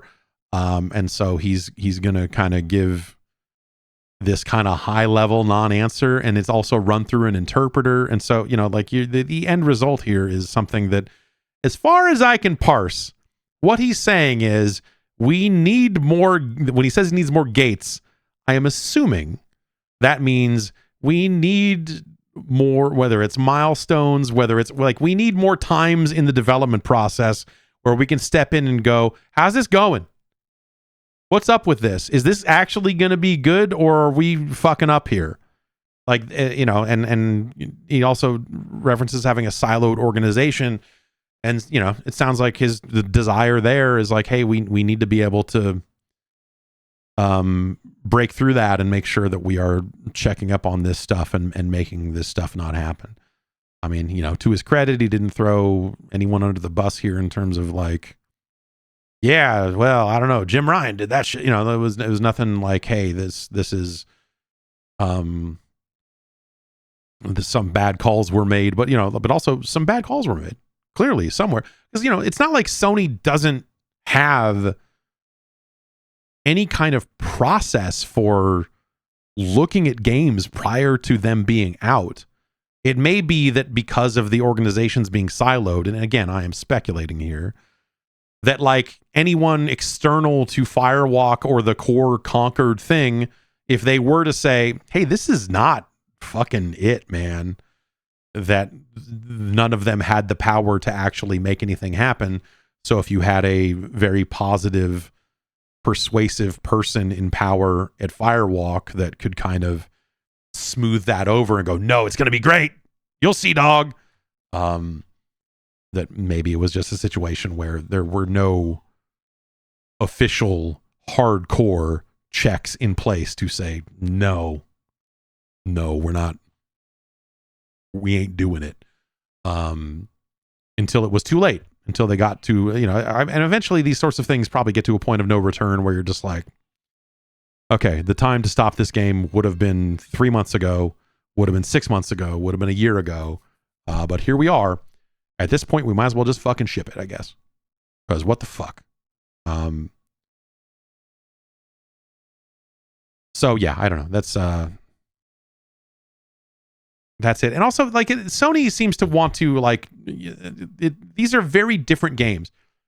This is not the first time I have heard of a case of, like, Sony thinking about Helldivers 2 and a game like Conquered in the same breath, because they are both, like, live service games, as Sony is referring to them. This is from Sadahiko Hayakawa, who is the Senior Vice President for Finance and Investor Relations at Sony. And he says, we launched 2 live service games this year. Helldivers 2 was a huge hit, while Conquered ended up being shut down. We gained a lot of experience and learned a lot from both. We intend to share the lessons learned from our successes and failures across our studios, including in the areas of title development management, as well as the process of continually adding expanded content and scaling the service after its release so as to strengthen our development management system. We intend to build upon an optimum title portfolio during the current mid-range plan period that combines single-player games, which are our strengths and which have a higher predictability of becoming hits due to our proven IP, with live service games that pursue upside while taking on a certain amount of risk upon release. Everything from price point to update cadence to monetization strategy, like Yes. Could you say that Conquered and Helldivers 2 were both live service games? I suppose so. Conquered never monetized, obviously, but like Conquered launched deliberately with no monetization strategy. They were out there saying, hey, no, we're not doing that. Like they were trying to not take on the live service game label as best they could. But like a competitive game and like all of that stuff, it's really difficult for them to kind of pull that together.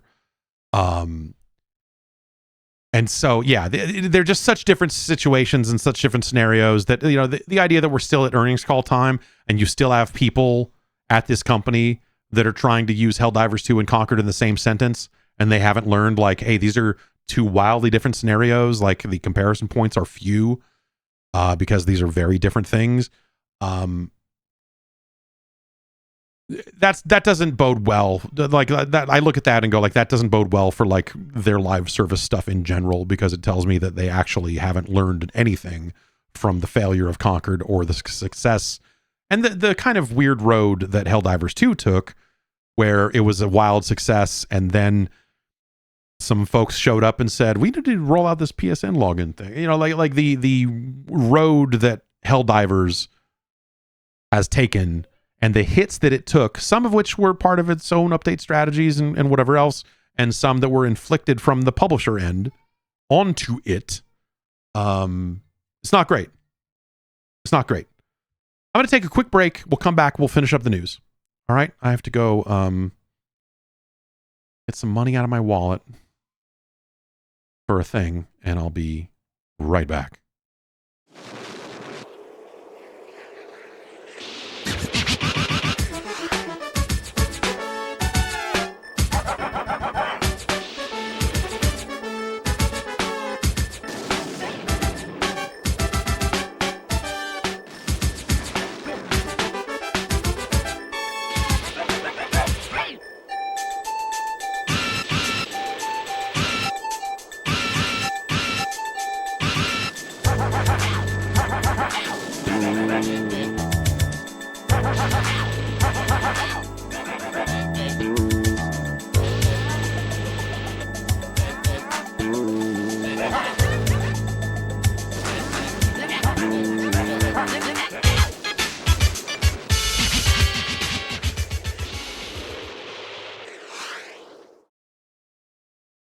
And we're back. My wife is taking the boy for a haircut. There's a nice woman in the neighborhood who is a professional hair cutter that cuts hair in the neighborhood, and she needed some actual cash to pay that lady. In other kind of earnings news, Astrobot has sold 1.5 million copies. The PlayStation 5 has sold 65 million units. Ghost of Tsushima sold 13 million copies across PS5 and PC. There's earnings are up on the PlayStation side, which they seem to be attributing to the success of EA Sports FC 25 and Black Myth Wukong in various parts of the world. Eurogamer also notes that PlayStation Plus subscriptions have stalled at 116 million, which is up year over year from the 107 they had before, but there's not been any growth since last quarter. That's not great. You probably want to keep seeing your subscription service moving in the right direction all the time if you can help it. But that's interesting. I guess you could say, what shipped? What shipped for PlayStation in that last 3-month period there that people needed an online subscription for? Like what got added to those services?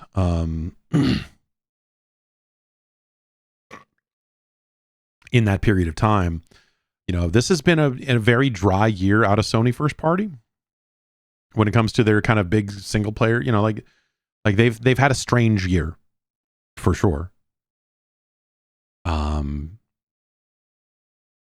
And in a scenario where, like, hey, one of their big first party multiplayer games was out for about 2 weeks and then went away, that's not going to boost your PlayStation Plus numbers, I suppose. Yeah. So I don't know. It's earning seasons. That's kind of like some of the newest numbers, like 12, 47, 8, 9.3, and negative 42. Stay tuned. Another 3 months. We'll have some more numbers for you. And that's it for the news.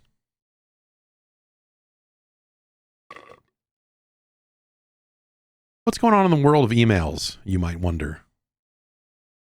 I'm wondering that as well. Yeah, it's the Sony earnings stuff. I don't know. It seems fine. It's just the way that they are talking about the Conquered and Helldivers, like that actually kind of sticks in my craw a little bit. It's just the Helldivers situation is such a, well, it's that's something that like it's a sequel. It's maybe a niche product that is kind of blowing up. It has an appeal on the PC side. It launched day and date on both, which Conquered did as well. But Conquered being a competitive game, I think it's just a very different beast. And so when you think about things like pricing and monetization strategy, and are you going to do a battle pass? Are you going to do this? Are you going to do that? I think the answers end up being very different between those two types of games. And so, if Sony is going to try to carry forward here and try to just paint all of them with the same brush and say, we're making live service games. That's Ted Turner saying, I'm in the wrestling business. It's a different thing. And there's nuance to that, hopefully people at a lower level get a little more deeply, because, people at the earnings call level feel like they want to lump that stuff together. And I think that is just a recipe for further disappointment in that department, if that is how they're going to end up looking at this stuff. But we will see. Blizzard also just held a Warcraft live stream. I guess this is the stuff they're doing instead of BlizzCon, right? They're just like, hey, we're going to announce some stuff.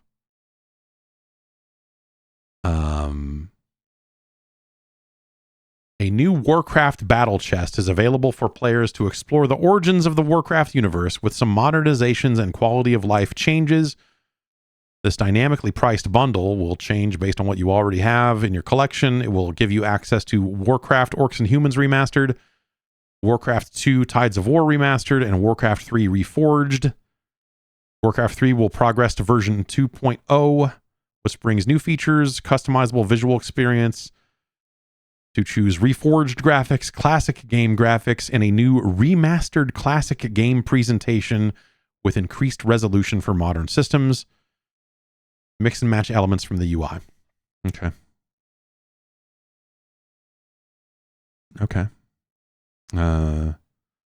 Warcraft Rumble is coming to PC.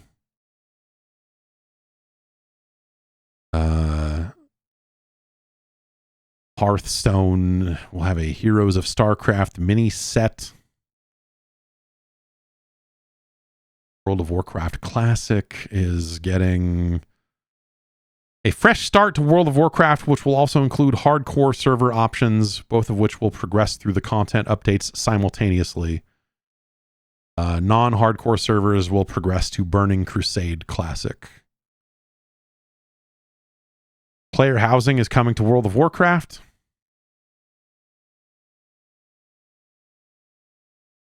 All right. Warcraft 1 was cool, man. I don't know. That's every so often I think about going back and playing Warcraft 1 or 2, and back when Warcraft was Warcraft, god damn it. But yeah, I don't know, man. Trying to see if anything else came in here over the. I said there was a trailer last night. There's a new Madden documentary coming to Amazon Prime. um, in I guess later this month, and it is called "It's in the Game Madden NFL." It's like a 4-part series, and I'm pretty sure I'm in it. I think I'm in it. I believe I'm in the trailer. I believe my voice is in the trailer for a split second. I'm like, that's my voice. Like, that's, I mean, probably, unless I don't know who else they talk to, but I sat down with them a while back and just talked about Madden and football video games of the era of the 90s, the Dreamcast, and kind of the end of NFL 2K and all of that sort of stuff. I don't know what they'll use. I don't know what but I went into LA a while back to shoot that. Gave, because I was there when the Dreamcast launched, as they say. And so yeah.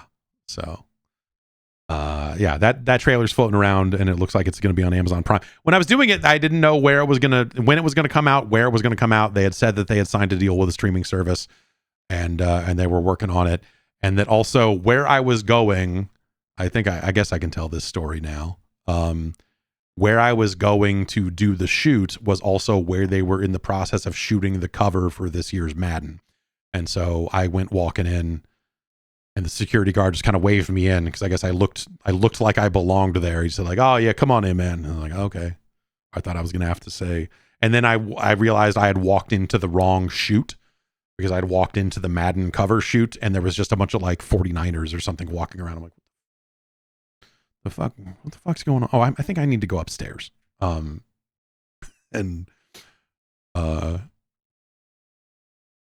that was weird. Anyway, that's coming out pretty soon. You should check it out. I don't know.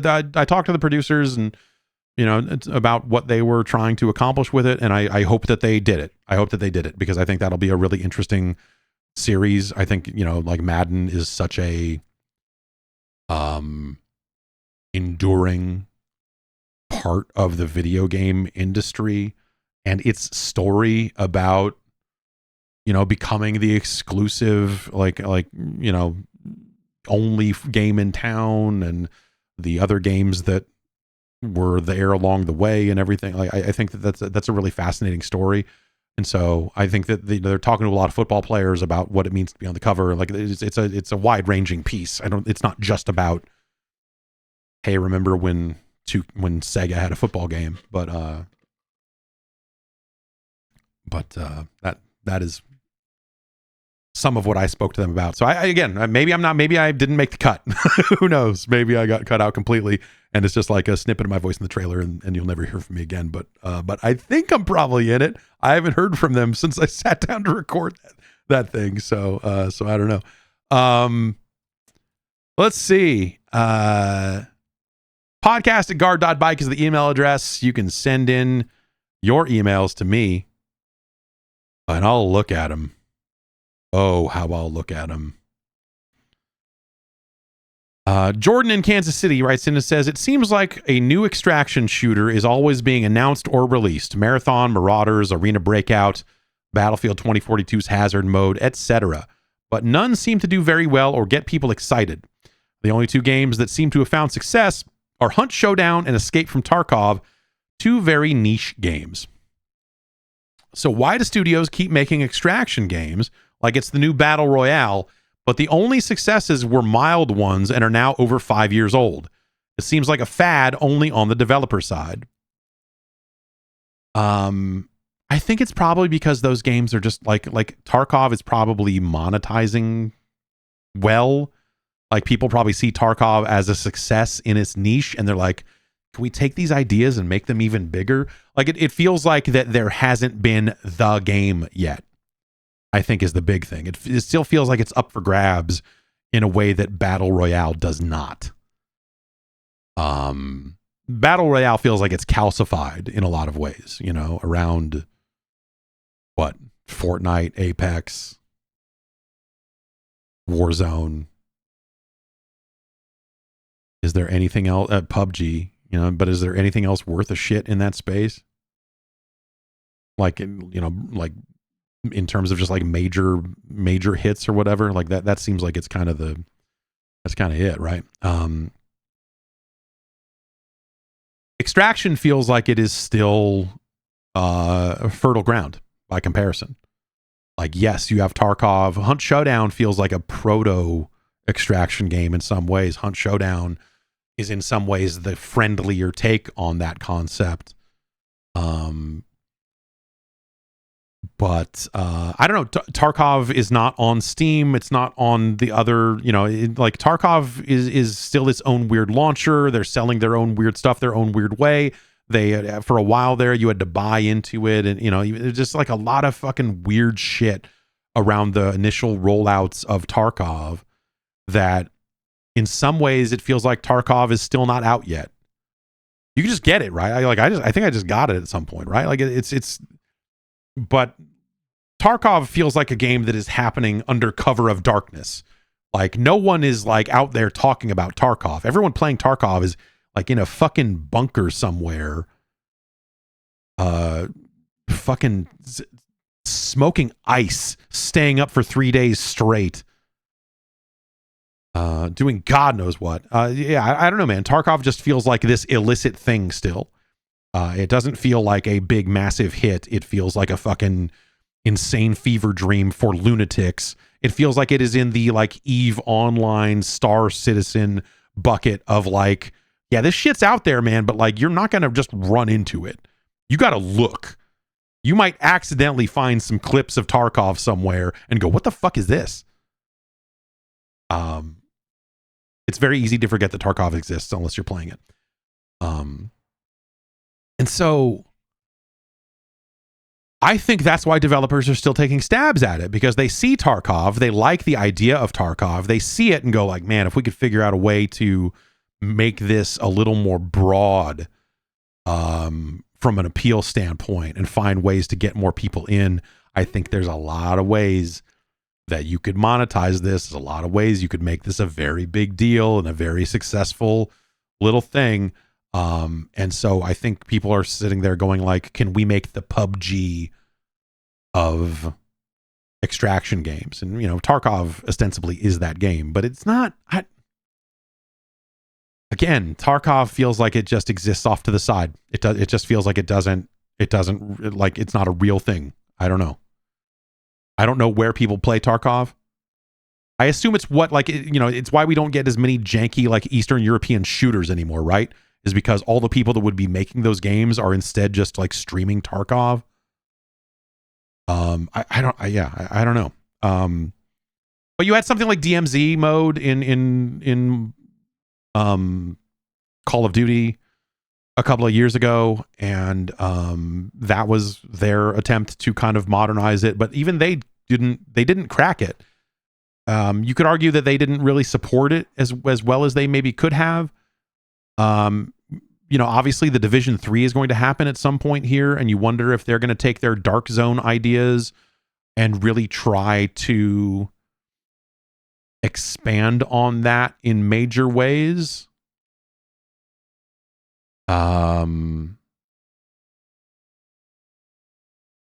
So I think that's probably why we still see a lot of development in the space, or see a lot of teams trying to find ways to make this work, is because it feels like there's probably money there. If you can get the right game that can appeal to the right people while having that concept in there of like, hey, this is high stakes, this is tense stuff. The same way Battle Royale was very tense stuff of like, I'm hiding on this toilet for like 8 minutes and holy shit, it's like a fucking horror movie. Like it's that feeling, and seeing that in a different genre that maybe, hey, we're never going to make a great Battle Royale game, but maybe we could do this. I think that's why we're seeing extraction shooters still continue to be developed, and the trend still being something of a trend is because it feels like that hasn't happened yet. Someone presumably will eventually figure it out, but I don't know. I don't know what the answer is. Like again, the idea of games where you lose a substantial amount of progress when you die. That's a very difficult pill to swallow. Players are not used to that sort of stuff, and some players won't stand for it. And so how do you find a way to make it have real stakes without having it have stakes as real as Tarkov's? Are you willing to make a game where you just buy your way out of a death, where you're just like, oh, I lost all my shit, I guess I'm gonna go to the store and spend $35 on new guns and do another run. Oh shit, I lost those too. Ah, geez, should I put another $35 in? Like, you know, are they gonna make a game like that? That's the draw, right? If you're a developer, if you're like, ooh, we gotta get in on that.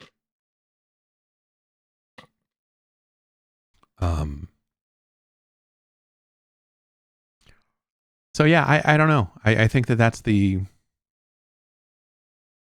appeal on the development side, is like looking at that thing. And it's you know, usually it's a lot of cases of like, you've got people on these teams that play these games and go, oh my God, this is amazing. I bet we could make something like this that would be incredible. You know, and they're fans of the genre. Like, you know, it's like people that are like, oh man, Tarkov is so rad, but it's so fucking busted and weird. I bet we could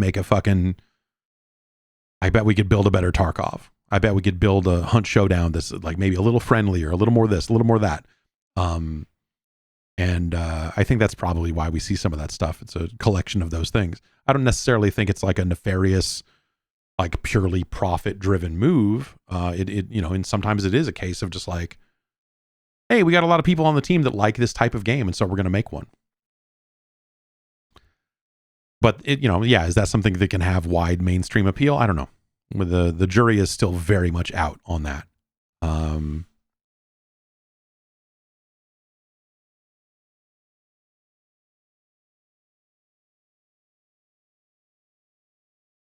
Ariel from Saskatchewan writes in and says, I got back into PC gaming a year ago now after a long hiatus with a fairly decent build.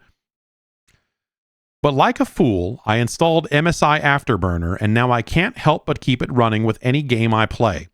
I'm constantly looking at that fucking frame time graph, and anytime it spikes or dips, a tiny piece of me dies, because I somehow am expecting a rock-solid 60 frames per second. I realize this is lunacy. No game on Earth will ever stay completely stable 100% of the time. For my own sanity, I've been turning it off and just trying to enjoy my damned video games. Please tell me I'm crazy and I just need to keep that shit turned off. Dude, I only want to know about actual frame rates. Okay, so here's what you do. Spend more money to solve this problem. Get a G-Sync monitor, get a FreeSync monitor. I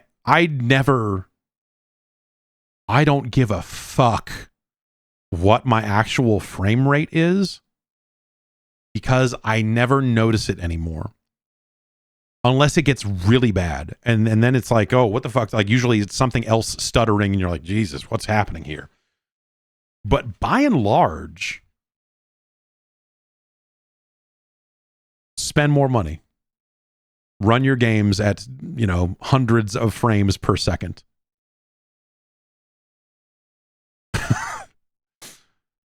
60 frames per second is for cowards. You don't want a rock solid 60. You want a variable 180 to 240. Because you'll never notice the variance. It'll just stay nice and high. That's how I recommend you stay. Nice and high, Ariel. Yeah, close afterward. You don't need to look at your frames. It's not that big of a deal. It's and also it's so many things are happening on a PC that are not necessarily in your control. You don't want to go down the weird rabbit hole of like per game optimizations. As much as I did with that stuff is I used the GeForce Experience, the NVIDIA app it is now, I guess. It would have the button that's like, we're going to optimize your game. I'm like, okay, cool. Usually that would be plenty for me. It would run fine and look, you know, and, you know, because of the system I'm running it in, it would usually go like, okay, we're going to turn everything all the way up, except for this feature that you don't need, and this and that and the other. But all that is broken I don't know if you're having the same experience out there, but like for me, when I open up the NVIDIA app these days and look at the part where you can optimize games and everything else, all of it just says, I don't know, we couldn't retrieve the settings. We don't know what to set your stuff to. Try later. And it hasn't worked for weeks and weeks and weeks. I don't know what broke. This is happening to me on multiple PCs. I don't know if it's the content blocker that I'm running at a router level, at a DNS level, that is like blocking NVIDIA's servers, and so it can't retrieve anything. I don't know, but that shit just does not work for me at all anymore. It's weird. Which is whatever, it's easy to go into a menu and set a game up. It's not that big of a deal. But yeah, I only look at frames per second when there's something clearly wrong. When there's something very dramatic happening and you're like, wait, what's happening here? I'm going to look at some numbers here for a little while just to get a sense of what the actual problem is. And then, taking it from there, leaving the frame, because, I can turn that on a monitor level and just have an overlay on the monitor, and the monitor will tell me what the FPS currently is. It's fun to see that number, especially, this monitor goes up to what, 360 hertz or something. When you see a frames per second that's up there around 300 and change, it's it's like the Quake 1 days. It's nice. But you only really need that to troubleshoot, in my experience.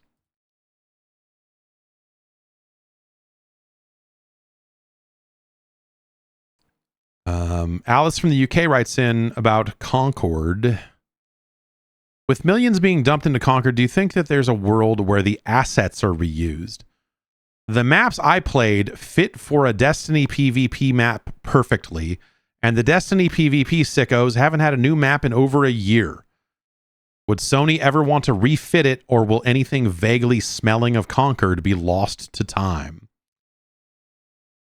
So I don't know that, like, you're making a lot of assumptions about the pipelines and tools and everything about Concord versus Destiny 2, that the idea that, it would probably take a lot of work to take those assets and put them into Destiny 2. I'm assuming you can't just take the files and drag them from one folder to the other and hit go and get a working map out of it. Also, the abilities and movement and capabilities of the characters in Destiny are quite a bit different than the ones in Concord. And so you probably wouldn't want to just use those maps one-to-one. You would probably want to look at it and go like, well, in Destiny, you jump this way instead of this way. And, and you have these types of fights with these types of weapons and these types of environments. And that's not a good fit here. And so I don't know. Like, I agree with you. There is, if that was something that could be done without much of a heavy lift, I think that would be cool to see some of that stuff reused. I also don't think that those maps are great. I think that a lot of those maps are larger in some cases and who knows the scale of the characters and the scale of the world. There's all sorts of weird stuff when you are dragging maps from one game to another that would make it probably difficult. But if they haven't had a new map in over a year, I don't know. I don't know what the solution to the Destiny problem is of having more maps or whatever. But yeah, that's that's interesting. Yeah.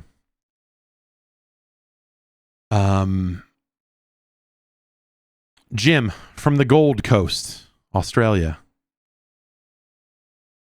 writes in and says, with the release of Black Ops 6, there's been a real buzz amongst the people who play games at my workplace about it, which I haven't experienced about one game in a long while. To give you an idea, we have a wide range of people who play games, from those in our 40s right down to kids in their late teens, and people play across all the platforms. I was wondering, when you worked in a group setting, did certain games create a sort of buzz amongst the majority? And now do you kind of experience that differently because you work solo from home? I I worked in games, so it was like, hey, I hear Metal Gear's showing up today, or hey, I hear so and so is getting back from the review trip where, you know, we just played through all of Metal Gear Solid 2. And are you going to ask him about it, or are you going to wait and not be spoiled or whatever? And you know, it's a function of work, you know, especially like even something like Call of Duty is a really good example, because it's like a team like GameSpot, which, you know, I know a lot of their video people that were part of this process are no longer with the company. It would be like, hey, Activision is supposed to be sending over like 6 copies of Call of Duty. I need to get 3 because I'm doing video stuff. The reviewer needs 1, this person, you know, and so there's people passing copies around because they're producing guides and social media content and all this other stuff that they do around the game. And so there was a buzz around that, but not, I mean, you know, yes, we would play games and talk about them, of course, but it was different because different people were playing different games at different times, because a lot of people had review assignments. The preview people had played through half the game 8 months ago, and so they thought it was going to be one way, but the review, by the time it was done, it was different. And, you know, there's conversations around that. You know, it's just all those conversations were happening in a very different way. It wasn't always like, hey, we're all playing through a game at the same time. Like that just so rarely happened. It would be situations where like you'd be reviewing a game and you needed to talk to someone about it, either because you were stuck on something and you needed help, or because something crazy happened and you're like, have you gotten to this part yet? Can we talk about it? And you know, could have a conversation about how crazy some moment in the story was, or whatever. But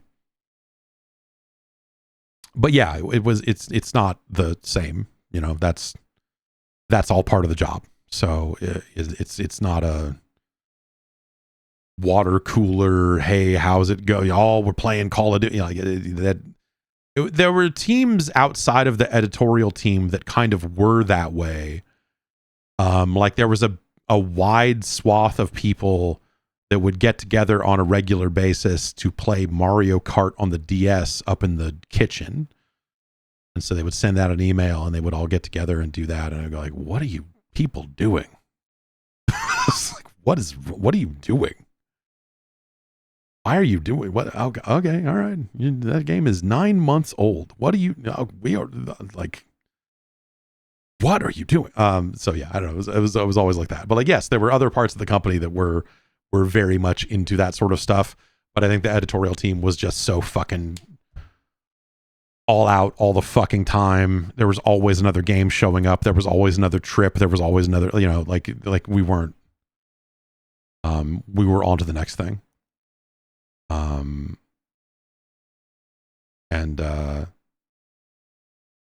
And we spent all of our time talking about games because that was the job. So, you know, it's so sort of a different situation, for sure. Paul writes in and says, I'm not a wealthy man. My console is an Xbox Series S. When I looked at the store last night and saw Death Stranding for $20, I thought I was dreaming. I'm playing right now and it's simply amazing. I'm a huge Kojima fan. I could cry. Congratulations, Paul. Yeah, Death Stranding came out on the Xbox. It was like, what, 5 years to the day after the release of the initial release of the game. They just kind of put it out at like half price. And I believe as part of this, Kojima Productions has regained the full rights over the IP, I think is how that is working as well. So I don't know. I guess my question is, if you are a Hideo Kojima fan, why did you get an Xbox? That the situation with those games will change seemingly, but traditionally, I guess the Series S, yeah, it's a Series S, you know. But yeah, that's the tip. That's not typically where those games show up. But now he's working on whatever that other thing was that he was doing for them. Jeremy in Auburn Hills, Michigan writes in and says, I recently realized there's a good grip of both bad and good X-Men games out there. What do you think of the best and worst of the bunch? The best and worst Xbox games. Or I'm sorry, X-Men games. X-Men Legends, like what? Like 1 and 2? Those were the good ones of those, right?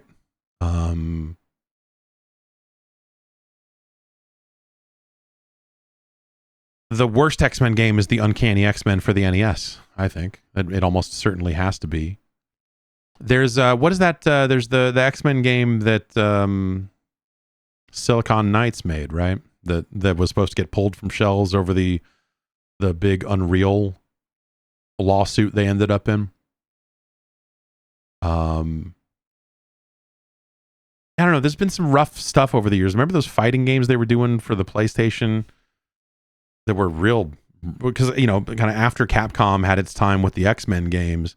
Yeah, X-Men Destiny. That's that Silicon Knights game.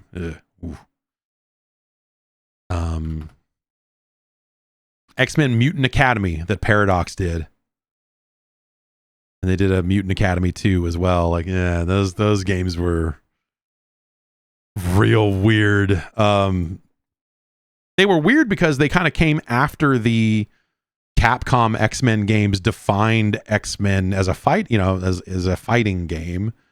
And so Mutant Academy, I remember seeing stuff in those games that you go like, oh, they kind of gave him this move from the real fighting games, but this is such a different thing. And like, oh, what a weird.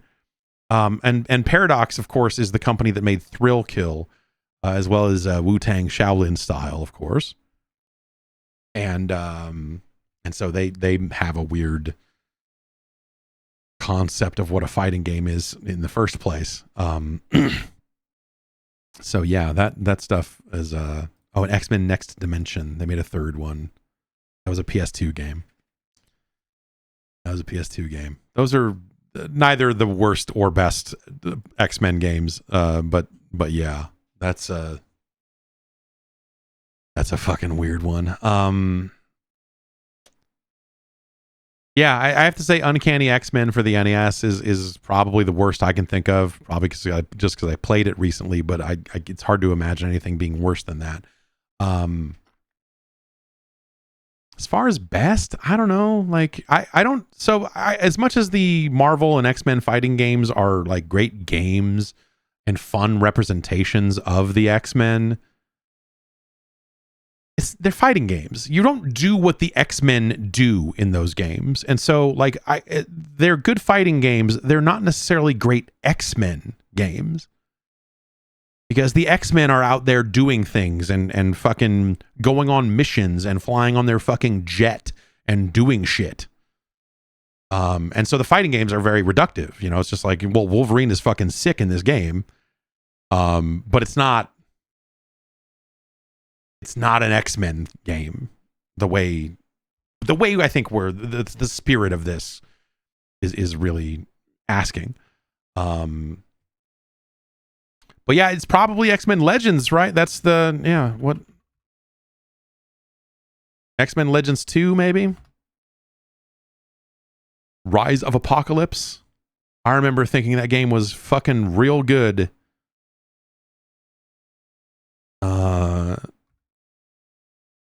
And was just, you know, again, just a better representation of the license, of the property. Specifically the N-Gage version. Of course. But yeah, that's probably my answer to that. Let's see, maybe we could find like one more.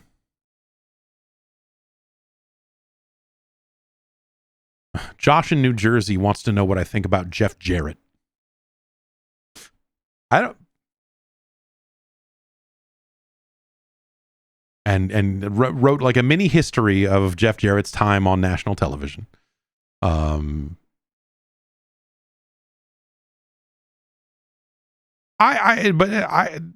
think that Jeff Jarrett has been a really great addition to AEW. I have never liked Jeff Jarrett, except I thought he was good in the film Spring Breakers. He's always just been like uninteresting. Like the storyline with him and the road dog over who sang the country song, I thought was like a fun story. But like Jeff Jarrett as a character or whatever, like just never did anything for me whatsoever. The silver, like his like NWO 2000, like all that sort of stuff is just stupid. It's like, this is stupid. Of course, all the Global Force and TNA stuff, just like, whatever, man. But like, I think he's being, the way he has appeared in AEW and the way he's kind of been used and on television and the roles that he has played there, I think has actually been very, very good in a way that I never would have expected. When you told me, hey, this guy is signing to AEW, I'm like, what is AEW doing? Why are they signing these weird old dudes? Like, what the fuck's going on? But like he is unafraid to be a bad guy.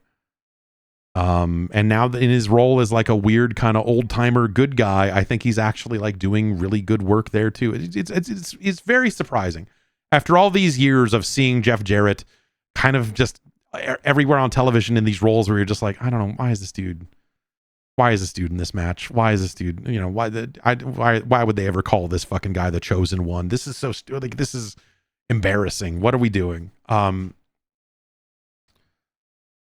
I think that he's been doing really great work lately. So good on him, I guess.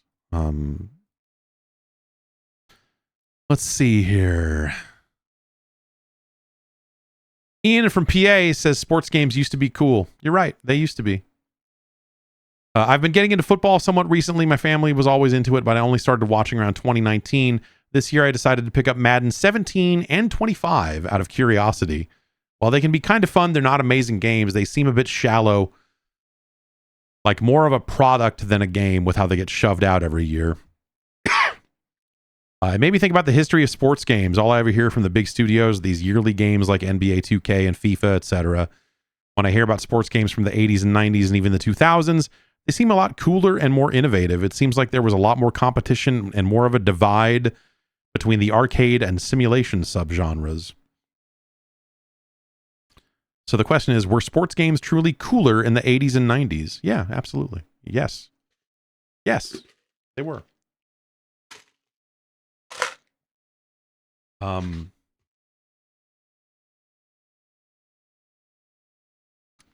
There was a lot more variety back then.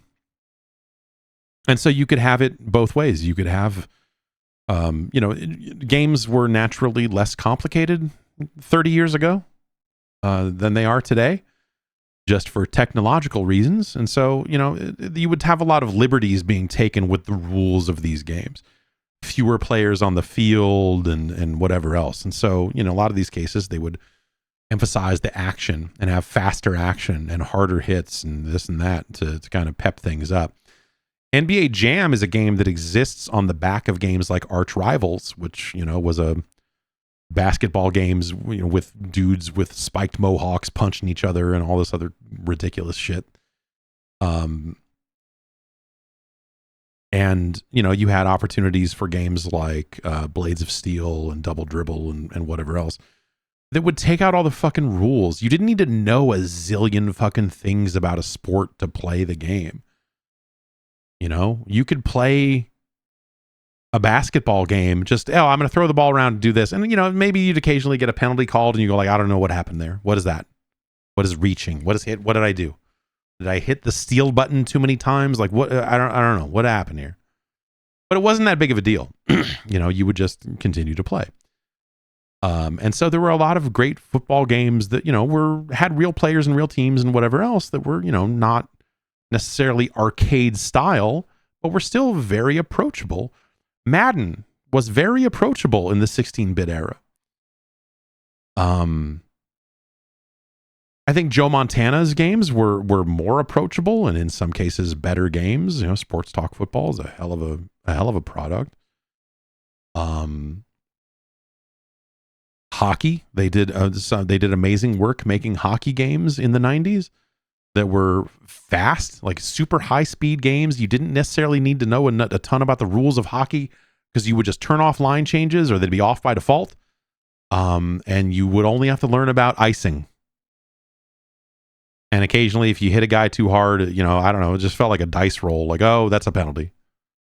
Hooking. Like, okay, did I hit the hooking button? No. What happened? Why did I get called for hooking? What the fuck is? And you can just turn penalties off in most of those games anyway. As time went on, reality became more attainable. As technology improved, it became a situation where you're like, oh, well, now these games can be much better at rendering more aspects of the real thing. And so every single sports game went through this. Every single sports game became more complex. And if that's a complexity that you were missing, if you're like, well, Ken Griffey on the SNES is a great game, but I can't do this, I can't do that. Like there's aspects of the game that are being, like if you wanted all of that stuff, EA continued to move further and further in that direction as the technology allowed. And as a result, I think that by the time we get to the PlayStation, you got that first couple of years of PlayStation, where games like Madden and Game Day are still like kind of attainable for the average person. You can still play them. They're not too far gone yet, but they're getting there. And I feel like by the time we get to the PlayStation 2, that stuff is so far out of reach that I never wanted to play a football game ever again. A simulation style football game, whatever. That stuff was just too far gone. It was just like, this is overly complicated. Now it looks like the sport that I don't actually like that much, or rather at all. Like I don't give a shit about football. It's not that I don't like it. I just don't fucking care about it at all. The teams, the way the game is played, rule change, like it's just like, fuck, whatever, dude. It does not matter to me. But I have spent hundreds of hours playing what you would think of as I'm playing John Madden fucking football games, playing NFL 2K on the fucking Dreamcast and 2K1 and the early days of that franchise, because those games were still on this side of playability for the average person. But the diehard fans demanded more. And so in theory, I guess they did. I don't know why is this a situation where the developers did it because they could, or because players were tired of the lack of reality in the game, or whatever, it's just a situation where that stuff became completely out of reach for me in a way where, like, if I pick up a Madden now, like I understand the basics of fucking football, right? It's 4 downs. You got to fucking throw the ball. I don't know. Pass interference is a thing. Lateral passes. You can't forward, whatever. Like the variety of rules of football. But like, what's holding? I guess it's probably when you hold a guy. What's a face mask? When you grab a guy's face mask. But like, football penalties, I'm just like, I don't know how I did them in a game. I don't know why I'm doing them. Like when I get called for a penalty in a modern sports game, I get mad. Because I'm just like, I don't know what the fuck I did or how I did it or why or how to not do it. You said I fucking did this thing. I sure as shit didn't. I was just trying to fucking get the ball. Like, what the fuck happened? This is bullshit. Like, it just feels like bullshit. So yeah, I mean, it's just impossible for me to care about a lot of the modern sports games because of what they've done to them. And I don't know, like that's probably better for the people that really love those sports and want them represented in the most realistic way possible. And players who really play the game, in real life, like to play Madden and like to see it being realistic and whatever. Like that's for them, and it's great, But I think we lost a more widespread appeal for those games in the process, and nothing really stepped up to replace them. In part because of the exclusivity agreements for games like Madden, where EA is the only company, and that's been loosened up a little way now, where we can have different football games that are still kind of licensed and arcadey and whatever. Like there are little bits and pieces of that peek through, but by and large, you just don't see it because the players don't seem to want it. NFL Blitz was an amazing video game. It is an amazing video game. It is the fighting game level of depth to NFL Blitz that makes it work. It is not the part where it's a football game. Because they're like, fuck it, dude. Hey, it's too easy to run forward in this game, so instead of it being 10 yards to a first down, it's going to be 30 because we don't want to make the field seem too big. We want fast scores. We want, we want this game moving. So the fields are the size that they are. The players are the size that they are. And it's 30 yards for a first down. Just, like, hey, get in the fucking end zone or don't. And that's how they've structured that stuff. And I think they've done really well with it. But the time for that game was over. The NFL changed their mind on how they wanted to represent the game in real life. The prestige of the game, the sorts of things that they want to display and be affiliated with the NFL. At some point, Blitz fell outside the lines of that because of, as concussion protocols and as people learn more and more about protecting the head and concussions and whatever else, the late hits suddenly became very out of vogue. And so the NFL put a stop to that. And at some point, Blitz just kind of fell off as a result. Blitz would have fallen off either way. Like, make no mistake. Because you can't make NFL Blitz every year because the gameplay is not going to change enough and the rules are, like you can change the players. But like the players that want to play NFL Blitz are not necessarily the players that need to buy a new football game every year because they need the updated rosters because they need this and that. That's what the Madden players need. They need the most recent rosters. They need all of that shit all the time. And so the conventional wisdom became like, well, if people want it's sort of similar to like, the thing I always heard from EA about Burnout was, well, market research says that players like real cars. And if we put real cars in the game, we cannot blast them apart into smithereens the way we do with Burnout. So no Burnout. I'm like, okay. And that's the wisdom. I think football and a lot of other sports games fell into the same bucket. Like, we know our player base wants it accurate, and so we strive to make the game feel more accurate every year, and, we get within a range and variety, but like, once you've achieved that, you're done. You update the rosters and you go. And they've been doing this for so many years, and yeah, there's more they can do, and some years they overhaul the passing, and some years they overdo this, and, they do make changes to it. I'm not going to sit here and tell you that they just crank out the same game every single year. That's a narrow view of the genre, but at some point there's only so much they can do because it just, at the end of the day, it still has to be football. At the end of the day, those stadiums are still those stadiums and they still look like that. And at some point the graphics get better enough to where they're like, I guess we need to update the animation system completely now because now, we're capable of doing this and this and this. And so they have a couple of rough years because they've implemented a new animation system and people's arms bend the wrong way all the time and get all fucked up for a couple of years. And then they've streamlined all that out again. And then the generations of hardware change and they got to make a new one for a new system. And they go, oh shit, we better strip out 30% of what we've been doing because it's too hard for us to do this year. And we'll put it back in as we go. It's not necessarily a nefarious plot to go like the first year on a new platform is going to be bare bones because we're going to make it buy all that shit again. It's like, oh, like we have to make one of these every single year. And this year we have to make two because we have to make one for the current hardware and the next one. Shit. It's because it's hard fucking work, man.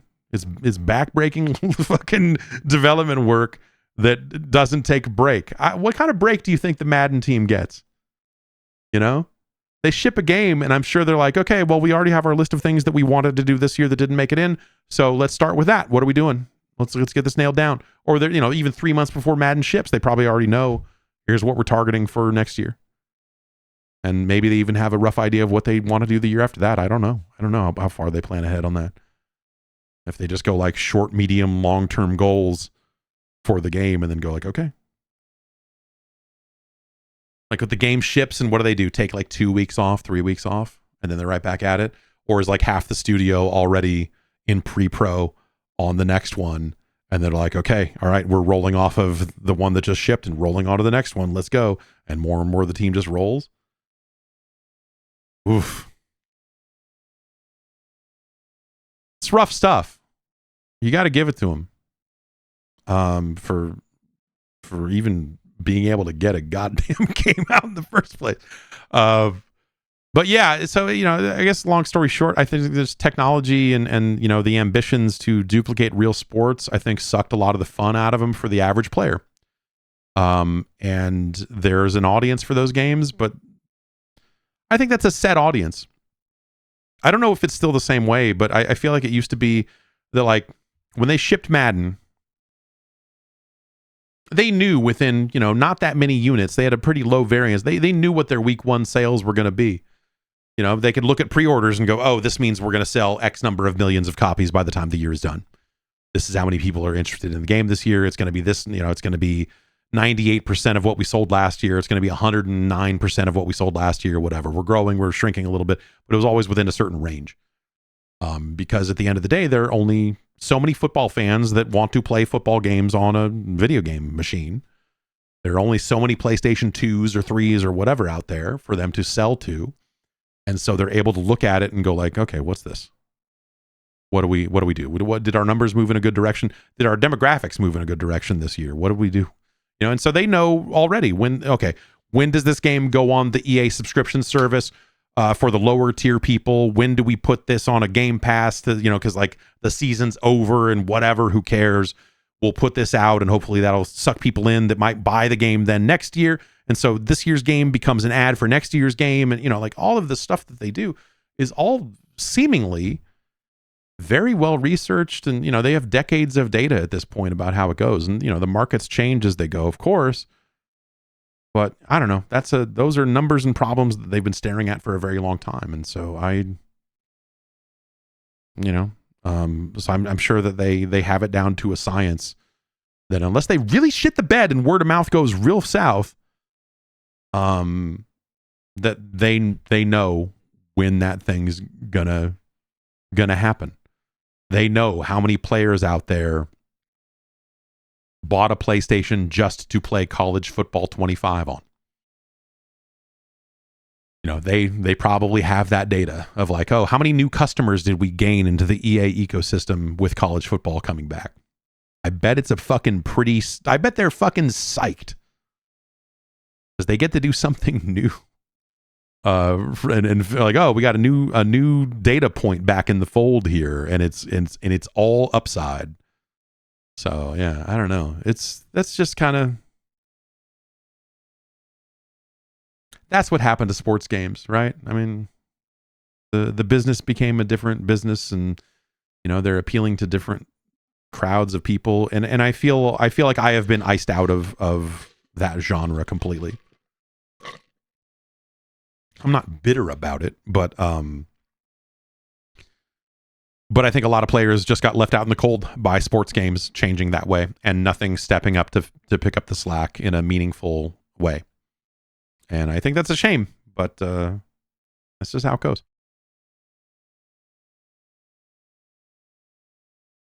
I think it's going to do it for us here. Thanks, everybody, for joining me here on a Wednesday. Man.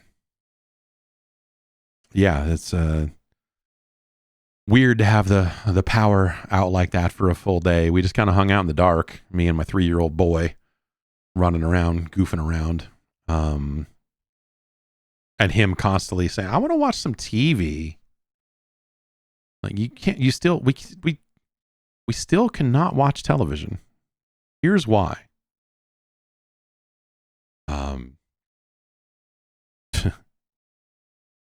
But yeah, so I'll be back on Friday to rank some 8-bit Nintendo games, of course. And then, hopefully next week we'll be back to a regular schedule here. I mean, yeah, we're coming up on it. I mean, this is like, is Thanksgiving next week? Jeez. Or is the week after? When is Black Friday? Sneaking up on me.